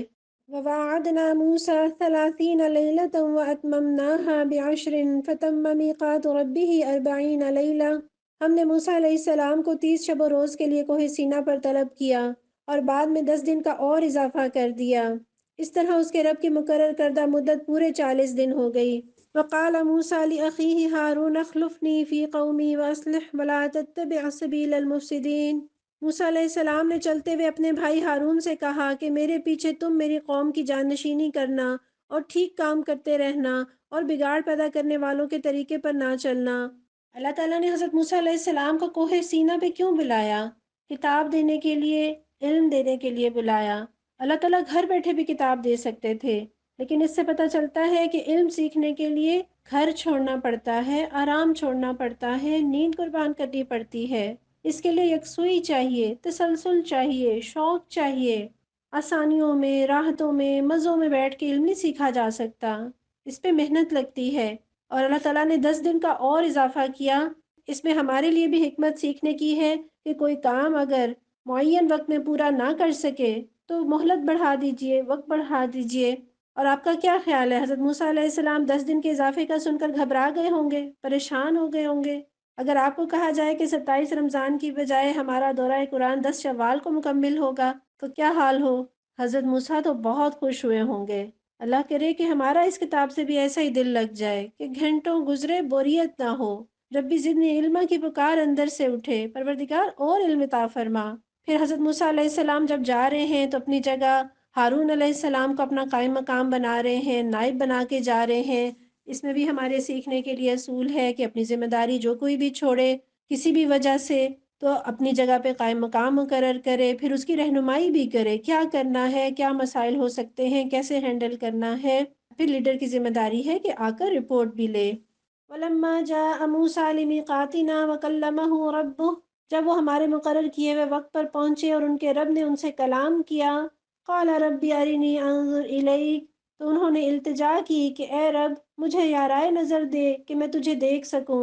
قال لن ترانی، اللہ نے فرمایا تو مجھے نہیں دیکھ سکتا، ولکن انظر الی الجبل، ہاں ذرا سامنے کے پہاڑ کی طرف دیکھ، فإن استقر مکانہ فسوف ترانی، اگر وہ اپنی جگہ قائم رہ جائے تو البتہ تو مجھے دیکھ سکے گا۔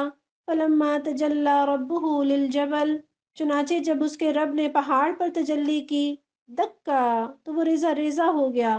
وخر موسیٰ صعقا، اور موسیٰ علیہ السلام غش کھا کر گر پڑے۔ فلما افاق، پھر جب انہیں ہوش آیا، قال سبحانک تبت الیک وانا اول المؤمنین، پاک ہے تیری ذات، میں تیرے حضور توبہ کرتا ہوں اور سب سے پہلا ایمان لانے والا میں ہوں۔ حضرت موسیٰ کے اندر فطری طور پر شوق پیدا ہوا کہ جس سے باتیں کرتا ہوں، جس کی باتیں سنتا ہوں، جس سے محبت ہے، اس سے ملنا چاہتے ہیں، اسے دیکھنا چاہتے ہیں۔ یہ دیکھنے کی خواہش محبت کی دلیل ہے۔ محبت سے کہہ رہے نا، تو اس لیے اللہ تعالیٰ بھی ناراض نہیں ہوئے کہ یہ کیسا مطالبہ ہے، اور نہ اپنے حبیب کے دل شکنی کی۔ فرمایا کہ پہاڑ کو دیکھ، اس پر تجلی کرتا ہوں، اگر وہ برقرار رہ جائے تو مجھے دیکھ سکے گا۔ لیکن وہ پہاڑ جو اس دنیا کی مضبوط ترین، سخت ترین چیز ہے، وہ ایک تجلی برداشت نہ کر سکی تو کوئی انسان کیسے دیکھ سکتا ہے جو انتہائی کمزور ہے۔ لیکن میں اپنا جائزہ لوں، کیا میرے اندر کبھی یہ خواہش پیدا ہوئی کہ میں اپنے رب کو دیکھوں؟ وہ رب کے جس کے کلام کو چومتی رہی، آنکھوں کو لگاتی رہی، شوق سے پڑھتی رہی، جس کی خاطر نیکیاں کرتی رہی، جس کی خاطر برائیوں سے بچتی رہی، جس رب کی طرف لوگوں کو بلاتی رہی، کیا اس رب سے ملنے کا شوق ہے؟ اے اللہ، ہم آپ کے چہرے کے دیدار کی لذت کا سوال کرتے ہیں اور آپ سے ملنے کا شوق رکھتے ہیں پروردگار، تو ہمیں اپنا دیدار عطا فرما۔ حضرت موسیٰ علیہ السلام نے تو اللہ سے کلام کی لذت لی، ہم یہ لذت کیسے پائیں؟ تو صحابی کا قول یاد کر لیجئے جو وہ فرماتے ہیں کہ جب میرا دل چاہتا ہے کہ اللہ مجھ سے باتیں کرے تو میں قرآن پڑھتا ہوں، اور جب میرا دل چاہتا ہے کہ میں رب سے باتیں کروں تو میں نماز پڑھتا ہوں۔ اللہ ہمیں بھی ایسا شوق دے دے اور اس جنت کی تیاری کرنے والا بنا دے جہاں رب کا دیدار ہوگا۔ حضرت جریر بن عبداللہ رضی اللہ عنہ سے روایت ہے کہ ہم لوگ رسول اکرم صلی اللہ علیہ وسلم کی خدمت میں حاضر تھے۔ آپ نے 14ویں کے چاند کی طرف دیکھا اور فرمایا، ان قریب تم اپنے رب کو اسی طرح بلا زحمت اور بلا تکلیف دیکھو گے جس طرح چاند کو بلا زحمت اور بلا تکلیف دیکھتے ہو۔ سبحان اللہ۔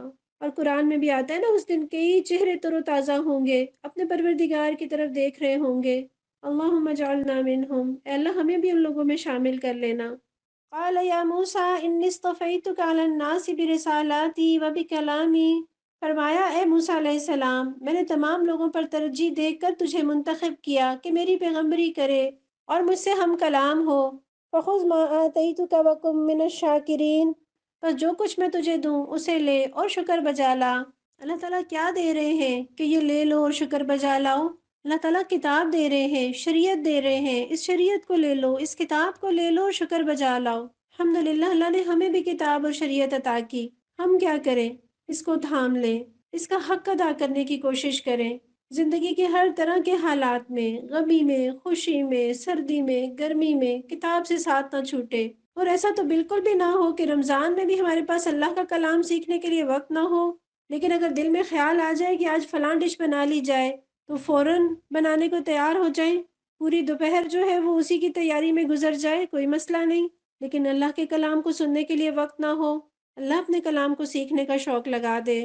وَكَتَبْنَا لَهُ فِي الْأَلْوَاحِ مِنْ كُلِّ شَيْءٍ مَوْعِظَةً وَتَفْصِيلًا لِكُلِّ شَيْءٍ، اس کے بعد ہم نے موسیٰ علیہ السلام کو ہر شعبہ زندگی کے متعلق نصیحت اور ہر پہلو کے متعلق واضح ہدایت تختیوں پر لکھ کر دی، اور اس سے کہا فَخُذْهَا بِقُوَّةٍ وَأْمُرْ قَوْمَكَ يَأْخُذُوا بِأَحْسَنِهَا، ان ہدایات کو مضبوط ہاتھوں سے سنبھال اور اپنی قوم کو حکم دے کہ ان کے بہتر مفہوم کی پیروی کریں۔ سَأُرِيكُمْ دَارَ الْفَاسِقِينَ، ان قریب میں تمہیں فاسقوں کے گھر دکھاؤں گا۔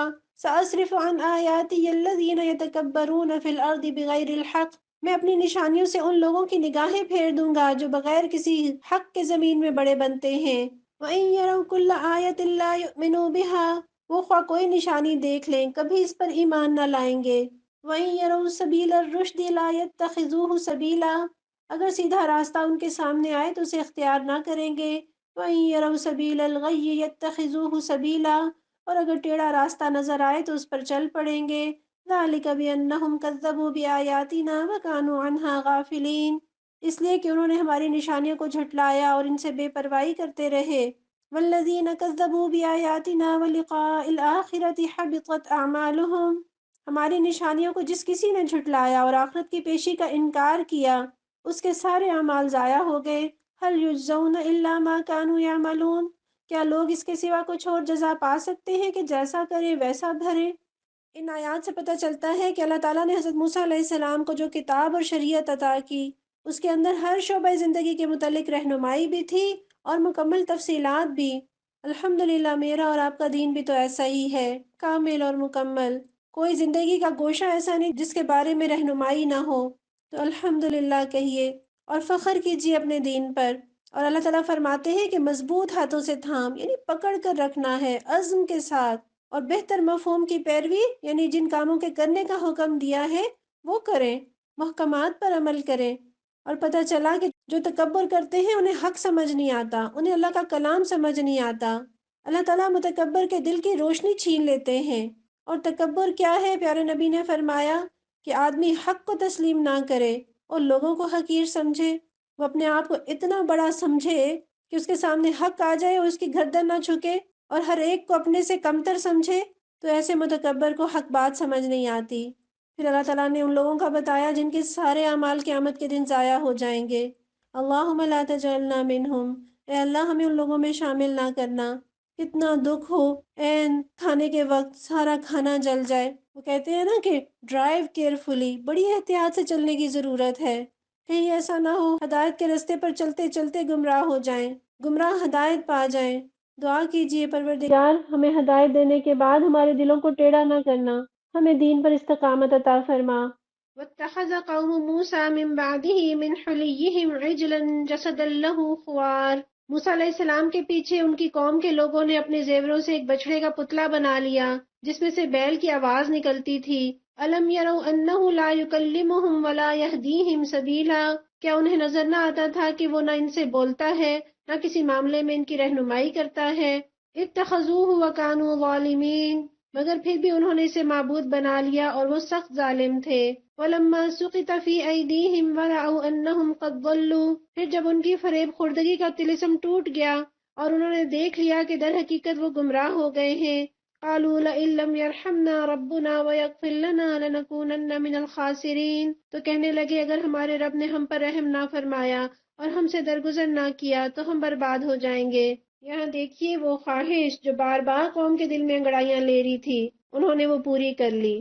حضرت موسیٰ علیہ السلام کے دل کا جو خدشہ تھا پورا ہوا، وہی ہوا جس کا ڈر تھا۔ حضرت موسیٰ علیہ السلام تو جلالی طبیعت اور روب والے تھے، ان کے مقابلے میں حضرت ہارون علیہ السلام حالانکہ ان سے عمر میں بڑے تھے مگر نرم طبیعت کے مالک تھے۔ ان کے منع کرنے کے باوجود حضرت موسیٰ علیہ السلام کی غیر موجودگی میں قوم نے بچڑا بنا لیا۔ چونکہ دل میں بچڑا ہی بسا ہوا تھا تو وہ باہر آ کر رہا۔ حضرت موسیٰ علیہ السلام تو ان کے لیے وہ احکامات لینے گئے، وہ رہنمائی لینے گئے جن سے ان کی دنیا اور آخرت سنورنی تھی، لیکن انہوں نے اس کے آگے سر جھکایا جو رہنمائی تو دور کی بات بھی نہیں کر سکتا تھا۔ حضرت موسیٰ علیہ السلام تو ان کے لیے عبادت کا طریقہ لینے گئے لیکن انہوں نے خود ہی عبادت کا طریقہ ایجاد کر لیا۔ اچھا بھلا آدمی جو صرف بول نہ سکتا ہو، کیا آپ اسے اپنا رہنما بنائیں گے؟ اپنی کمپنی کا سی او بنائیں گے؟ اپنے ملک کا وزیر اعظم لگائیں گے؟ جب آپ چھوٹے لیول پر ایسے فرد کو درجہ نہیں دے سکتے، ایسی شخصیت کو درجہ نہیں دے سکتے، تو الہ تو بہت بڑی چیز ہے۔ رب کے بارے میں کیسے سوچ لیا؟ یہ پتھر کے بت کیسے رب ہو سکتے ہیں جنہیں انسان بناتا بھی خود ہے اور ان کو صاف بھی خود ہی کرتا ہے؟ اور ضمناً یہاں یہ بھی دیکھیں کہ وہ لوگ اس گھٹیا معبود کے لیے سونے کے زیورات لا لا کر ڈھیر کر رہے تھے کہ اللہ رب العالمین کی راہ میں ہم اپنے زیور میں سے کچھ اس کی بڑائی قائم کرنے کے لیے دینے کا جذبہ رکھتے ہیں۔ اللہ ہمارے دلوں کو وسعت دے دے۔ پھر اگلی آیت میں آپ دیکھیے کہ ایسا گناہ جس پر اللہ کا غضب بھڑکتا ہے، جس کے بارے میں اللہ نے کہا ہے کہ میں اسے ہرگز معاف نہیں کروں گا، مگر اس دنیا کی زندگی میں اگر معافی مانگی جائے تو اللہ تعالیٰ درگزر کرتے ہیں۔ التائب من الذنب کمن لا ذنب لہ، گناہ سے توبہ کرنے والا تو ایسا ہے جیسے اس نے گناہ کیا ہی نہیں۔ اللہ تعالیٰ ہم بھی توبہ کرتے ہیں اپنے سارے گناہوں کی، ہمیں معاف فرما دے۔ وَلَمَّا رَجَعَ مُوسَىٰ إِلَىٰ قَوْمِهِ غَضْبَانَ أَسِفًا، ادھر سے موسیٰ علیہ السلام غصے اور رنج میں بھرے ہوئے اپنی قوم کی طرف پلٹے۔ قَالَ بِئْسَ مَا خَلَفْتُمُونِي مِن بَعْدِي، انہوں نے فرمایا بہت بری جانشینی کی تم لوگوں نے میرے بعد۔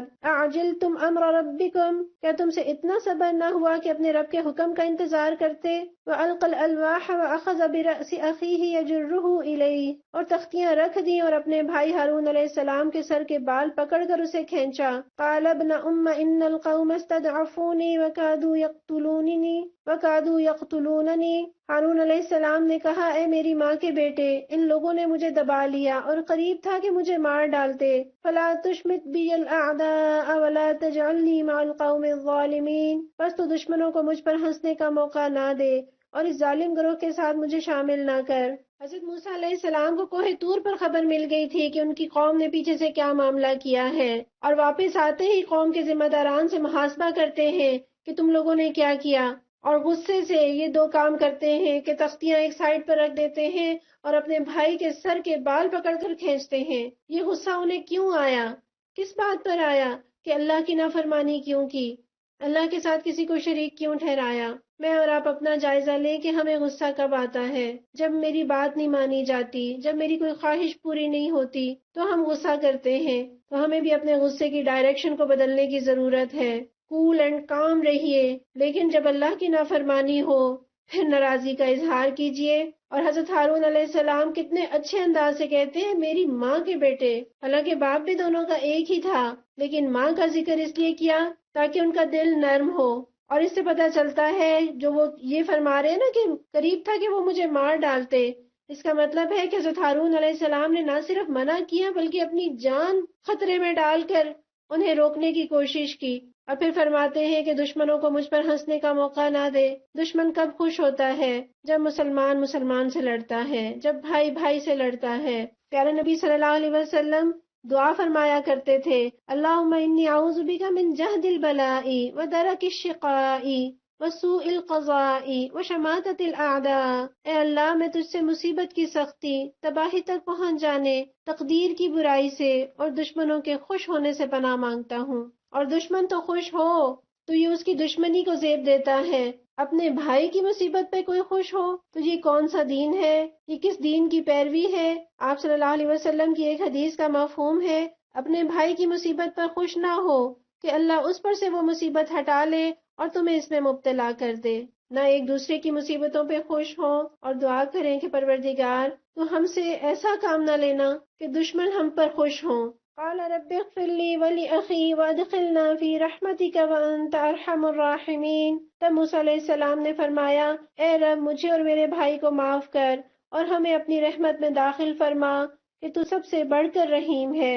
حضرت موسیٰ علیہ السلام کا جب غصہ ٹھنڈا ہوا اور انہیں احساس ہوا کہ ان کے بھائی کا قصور نہیں ہے، تو اپنے لیے اور اپنے بھائی کے لیے دعا کرتے ہیں کہ اگر مجھ سے زیادتی ہوئی ہے تو پروردگار مجھے معاف فرما، اور اگر میرے بھائی سے کوتاہی ہوئی ہے تو پروردگار تو اسے معاف فرما دے۔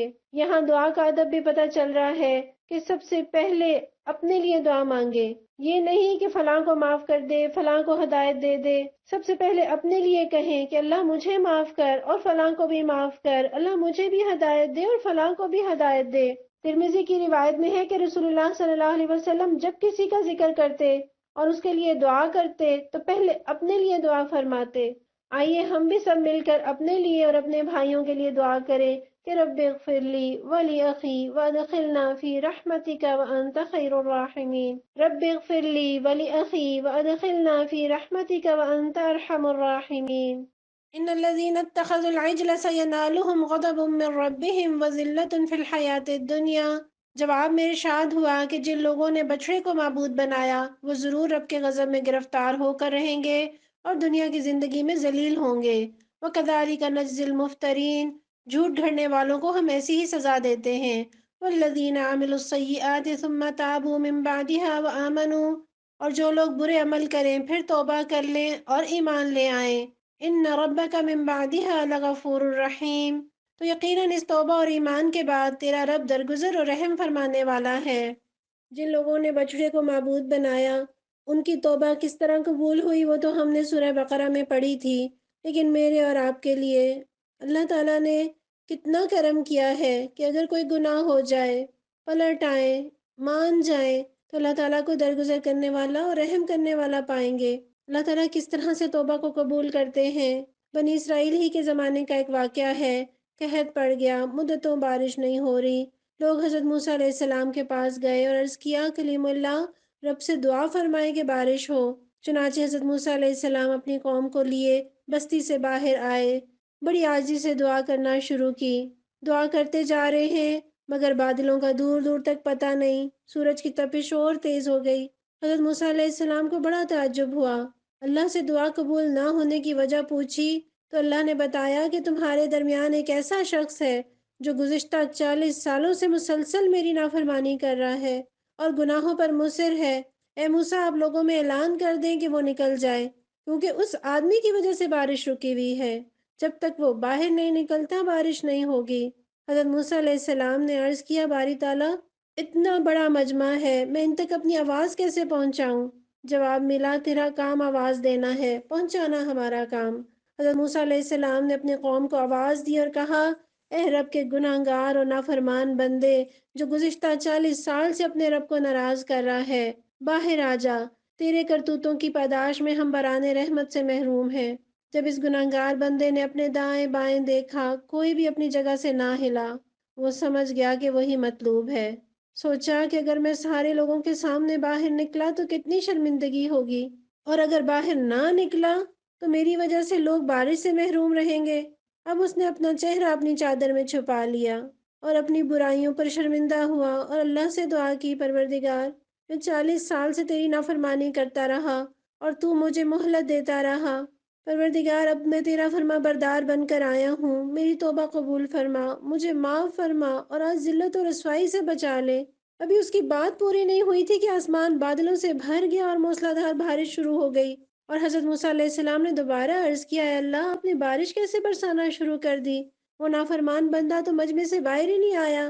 اللہ نے فرمایا، اے موسیٰ جس کی بدولت میں نے بارش روک رکھی تھی اسی کی بدولت اب بارش برسا رہا ہوں، اس لیے کہ اس نے توبہ کر لی ہے۔ حضرت موسیٰ علیہ السلام نے عرض کیا، اے اللہ اس آدمی سے مجھے بھی ملا دے تاکہ میں بھی اسے دیکھ لوں۔ فرمایا، اے موسیٰ میں نے اس کو اس وقت رسوا اور خوار نہیں کیا جب وہ میری نافرمانی کرتا رہا، اور اب جب کہ وہ میرا مطیع اور فرما بردار بن چکا ہے تو اسے کیسے شرمندہ اور رسوا کروں۔ سبحان اللہ۔ اللہ سے معافی مانگ لیں، اللہ تعالیٰ تھامنے میں دیر نہیں لگاتا۔ وَلَمَّا سَكَتَ عَن مُوسَى الْغَضَبُ أَخَذَ الْأَلْوَاحَ، پھر جب موسیٰ علیہ السلام کا غصہ ٹھنڈا ہوا تو انہوں نے وہ تختیاں اٹھا لیں۔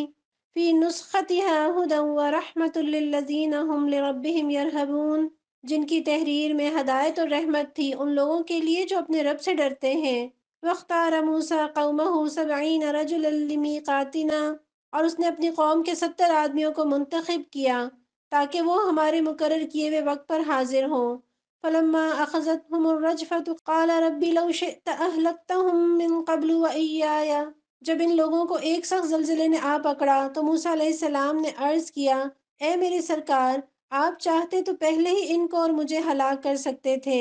أَتُهْلِكُنَا بِمَا فَعَلَ السُّفَهَاءُ مِنَّا، کیا آپ اس قصور میں جو ہم میں سے چند نادانوں نے کیا ہے ہم سب کو ہلاک کر دیں گے؟ إِنْ هِيَ إِلَّا فِتْنَتُكَ، یہ تو آپ کی ڈالی ہوئی ایک آزمائش تھی۔ تُضِلُّ بِهَا مَن تَشَاءُ وَتَهْدِي مَن تَشَاءُ، جس کے ذریعے سے آپ جسے چاہتے ہیں گمراہی میں مبتلا کرتے ہیں اور جسے چاہتے ہیں ہدایت بخش دیتے ہیں۔ أَنْتَ وَلِيُّنَا فَاغْفِرْ لَنَا وَارْحَمْنَا وَأَنْتَ خَيْرُ الْغَافِرِينَ، ہمارے سرپرست تو آپ ہی ہیں، بس ہمیں معاف کر دیجئے، ہم پر رحم فرمائیے، آپ سب سے بڑھ کر معاف فرمانے والے ہیں۔ یہاں اس واقعے کا ذکر ہے جب اللہ کے حکم پر حضرت موسیٰ علیہ السلام نے اپنی قوم کے 70 آدمیوں کو لیا اور کوہ طور پر تشریف لے گئے تاکہ جس قسم کا اجتماعی جرم سرزد ہوا ہے اسی نوعیت کی اجتماعی توبہ بھی ہو، اور اس موقع پر اللہ تعالیٰ نے اپنا جلال ظاہر فرمایا تاکہ ان بنی اسرائیل کے لیڈروں کو پتہ چل جائے کہ معاملہ کس خدا کے ساتھ ہے۔ اور اس موقع پر حضرت موسیٰ علیہ السلام نے گریہ وزاری کی اور دعا کی کہ پروردگار جب تو نے ہمیں اپنے دربار میں حاضری کا موقع دیا ہے تو یہ تیری رحمت سے بعید ہے کہ تو ہمیں ہلاک کرے، اور پھر یہ بھی کہ جو غلط کام ہوئے وہ چند بے وقوفوں کی وجہ سے ہوئے، ان کی بدبختی سے ہوئے، اور پروردگار ان نادانوں کے جرم میں باقیوں کو ہلاک نہ کر۔ اور یہ بھی فرماتے ہیں تیرے امتحان میں وہی سرخرو ہوتے ہیں جن کو تیری توفیق حاصل ہوتی ہے، تو ہی جن کو توفیق بخشتا ہے وہی امتحان میں کامیاب ہوتے ہیں، نیکی کی توفیق بھی وہی دیتا ہے، مشکلات سے نمٹنے کا حوصلہ بھی وہی دیتا ہے۔ وَاكْتُبْ لَنَا فِي هَذِهِ الدُّنْيَا حَسَنَةً وَفِي الْآخِرَةِ إِنَّا هُدْنَا إِلَيْكَ، اور ہمارے لیے اس دنیا کی بھلائی بھی لکھ دیجئے اور آخرت کی بھی، ہم نے آپ کی طرف رجوع کر لیا۔ قَالَ عَذَابِي أُصِيبُ بِهِ مَنْ أَشَاءُ، جواب میں ارشاد ہوا سزا تو میں جسے چاہتا ہوں دیتا ہوں، وَرَحْمَتِي وَسِعَتْ كُلَّ شَيْءٍ، مگر میری رحمت ہر چیز پر چھائی ہوئی ہے۔ فَسَأَكْتُبُهَا لِلَّذِينَ يَتَّقُونَ وَيُؤْتُونَ الزَّكَاةَ وَالَّذِينَ هُمْ بِآيَاتِنَا يُؤْمِنُونَ، اور اسے میں ان لوگوں کے حق میں لکھوں گا جو نافرمانی سے پرہیز کریں گے، زکوٰۃ دیں گے اور میری آیات پر ایمان لائیں گے۔ گویا اللہ تعالیٰ ان آیات میں یہ بتا رہے ہیں کہ میری کائنات کا نظام تو رحمت پر چل رہا ہے، ہر کوئی رب کی رحمت سے تو جی رہا ہے، نعمتیں پا رہا ہے، سزا تو صرف اسے ملتی ہے جو نافرمانیوں کی بنا پر اپنے آپ کو سزا کا مستحق بنا لیتا ہے۔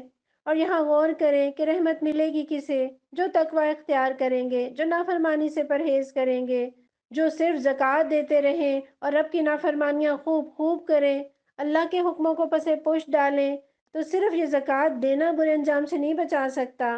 اسلام پورے پیکج کا نام ہے، اس پورے پیکج کو لینا ہوگا اور رب کی رحمت کو کبھی محدود نہ کریں۔ بخاری کی روایت ہے، حضرت ابو ہریرہ رضی اللہ عنہ بیان کرتے ہیں کہ رسول اللہ صلی اللہ علیہ وسلم نماز پڑھنے کے لیے کھڑے ہوئے اور ہم بھی آپ کے ساتھ کھڑے ہوئے۔ اسی اثناء میں ایک دیہاتی نے حالت نماز میں کہا، اے اللہ مجھ پر اور محمد صلی اللہ علیہ وسلم پر رحم فرما اور ہمارے ساتھ کسی دوسرے پر رحم نہ فرما۔ جب رسول اللہ صلی اللہ علیہ وسلم نے سلام پھیرا تو اس دیہاتی صحابی سے فرمایا، تم نے ایک بڑی وسیع چیز کو محدود کر دیا، اور اس سے آپ کی مراد اللہ کی رحمت تھی، تو اللہ کی وسیع رحمت کو محدود نہ کریں۔ الذين يتبعون الرسول النبي الأمي الذي يجدونه مكتوبا عندهم في التوراة والإنجيل۔ بس آج یہ رحمت ان لوگوں کا حصہ ہے جو اس پیغمبر نبی امی صلی اللہ علیہ وسلم کی پیروی اختیار کریں، جس کا ذکر انہیں اپنے ہاں تورات اور انجیل میں لکھا ہوا ملتا ہے۔ یأمرهم بالمعروف وینہاہم عن المنکر، وہ انہیں نیکی کا حکم دیتا اور بدی سے روکتا ہے۔ وَيُحِلُّ لَهُمُ الطَّيِّبَاتِ وَيُحَرِّمُ عَلَيْهِمُ الْخَبَائِثَ، ان کے لیے پاک چیزیں حلال اور ناپاک چیزیں حرام کرتا ہے۔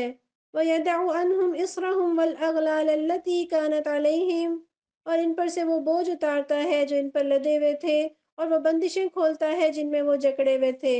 فَالَّذِينَ آمَنُوا بِهِ وَعَزَّرُوهُ وَنَصَرُوهُ، لہٰذا جو لوگ ان پر ایمان لائیں اور ان کی حمایت اور نصرت کریں، وَاتَّبَعُوا النُّورَ الَّذِي أُنزِلَ مَعَهُ، اور اس روشنی کی پیروی اختیار کریں جو ان کے ساتھ نازل کی گئی ہے، اولئک هم المفلحون، وہی فلاح پانے والے ہیں۔ الحمدللہ ہمارا دین بہت آسان ہے، اور پیارے نبی صلی اللہ علیہ وسلم تو یہ فرماتے ہیں، آسانی کرو، مشکل میں نہ ڈالو، خوشخبری سناؤ، نفرت نہ دلاؤ، اتفاق اور اتحاد سے رہو اور اختلاف نہ کرو۔ اور دین میں کس قدر آسانی ہے، آپ فرماتے ہیں بے شک اللہ تعالیٰ نے میری امت کے لوگوں کے دلوں میں پیدا ہونے والے وسوسوں سے اس وقت تک درگزر فرمایا جب تک وہ ان کے مطابق عمل نہ کر لے یا زبان سے اس کا اظہار نہ کر لیں۔ اور آپ کو تو امت کی مشقت کا اس قدر خیال تھا، فرماتے ہیں اگر مجھے اپنی امت کی مشقت کا ڈر نہ ہوتا تو میں انہیں ہر نماز کے لیے مسواک کرنے کا حکم دیتا، لیکن آپ نے ایسا حکم نہیں دیا۔ ہم اس شریعت کی قدر کرنے والے ہوں، یہ شریعت ہماری زندگی میں آسانیاں لاتی ہے۔ ہم نے خود ساختہ رسموں کے ذریعے سے اپنے غموں کو اور اپنی خوشیوں کو اور اپنی زندگی کو بوجھل بنا دیا ہے۔ اسلام تو ہم سے وہ بوجھ ہٹاتا ہے جو پہلی قوموں نے اپنے اوپر خود لاد لیے تھے، یا ان کی شریعت میں حرام تھے، یا اللہ نے ان کی نافرمانی کی بنا پر ان پر حرام کر دیے تھے۔ پہلی امتوں پر مال غنیمت حرام تھا، اس امت پر حلال۔ پہلے قربانی کو غیب سے آ کر کھا جاتی، اب امت قربانی کرتی ہے تو خود بھی کھاتی ہے اور کھلاتی بھی ہے۔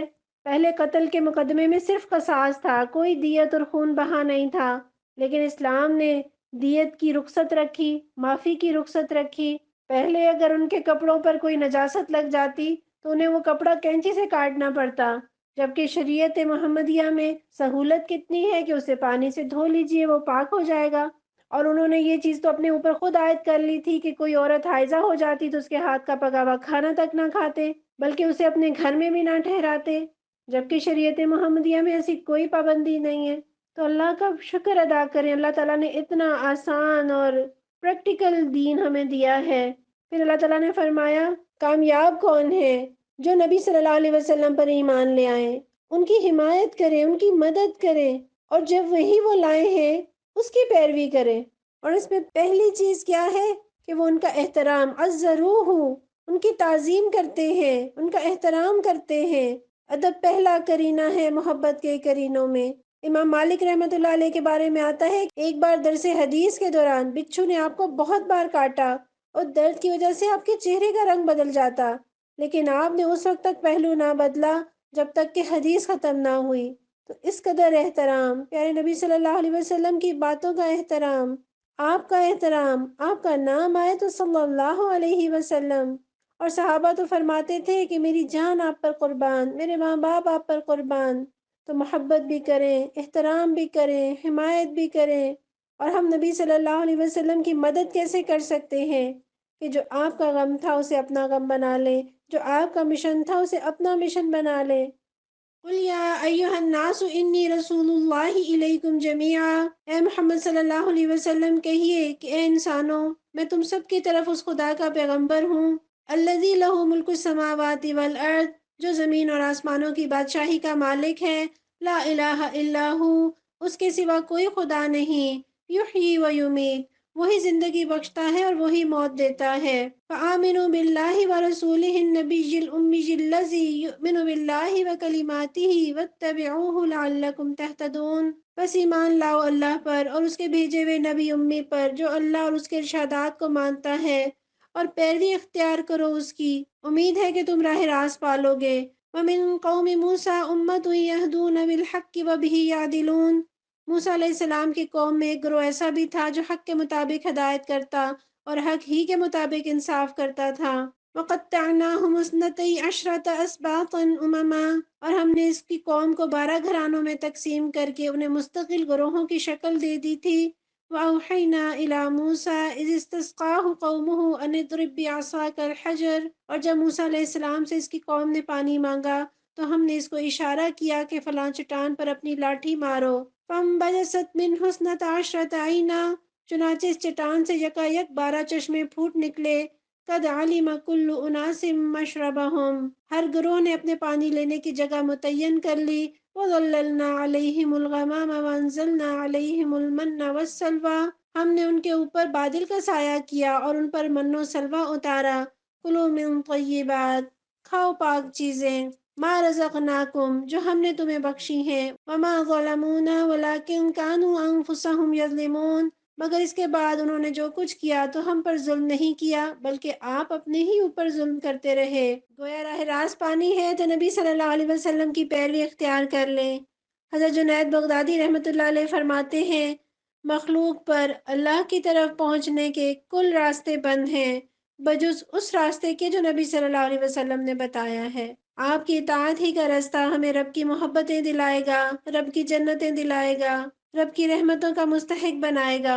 اور یہاں دیکھیے کہ حضرت موسیٰ علیہ السلام نے جب قوم کے لیے پانی مانگا تو اللہ پانی دے دیتے، لیکن اللہ نے فرمایا کہ عصا مارو، اور عصا مارنے سے یقیناً پانی نہیں نکلا، پانی اللہ کی قدرت سے نکلا۔ لیکن اس میں مطلوب کیا ہے کہ محنت کیجئے، کوشش کیجئے، ان محنتوں میں، ان کوششوں میں برکت ڈالنا، رنگ بھرنا، ان کو نتیجہ خیز بنانا، یہ اللہ کا کام ہے۔ میرا اور آپ کا کام محنت کرنا ہے، قدم بڑھانا ہے۔ اور آیت کے آخر میں جو آیا کہ جو کچھ انہوں نے کیا ہم پر ظلم نہیں کیا بلکہ اپنے اوپر ظلم کیا، تو گناہ کر کے انسان کسی پر ظلم نہیں کرتا بلکہ اپنے آپ کے اوپر ظلم کرتا ہے۔ وَإِذْ قِيلَ لَهُمُ اسْكُنُوا هَٰذِهِ الْقَرْيَةَ وَكُلُوا مِنْهَا حَيْثُ شِئْتُمْ وَقُولُوا حِطَّةٌ وَادْخُلُوا الْبَابَ سُجَّدًا، یاد کرو وہ وقت جب ان سے کہا گیا تھا کہ اس بستی میں جا کر بس جاؤ اور اس کی پیداوار سے اپنے حسب منشا روزی حاصل کرو، اور حِطَّةٌ حِطَّةٌ کہتے جاؤ، اور شہر کے دروازے میں سجدہ ریز ہوتے ہوئے داخل ہو۔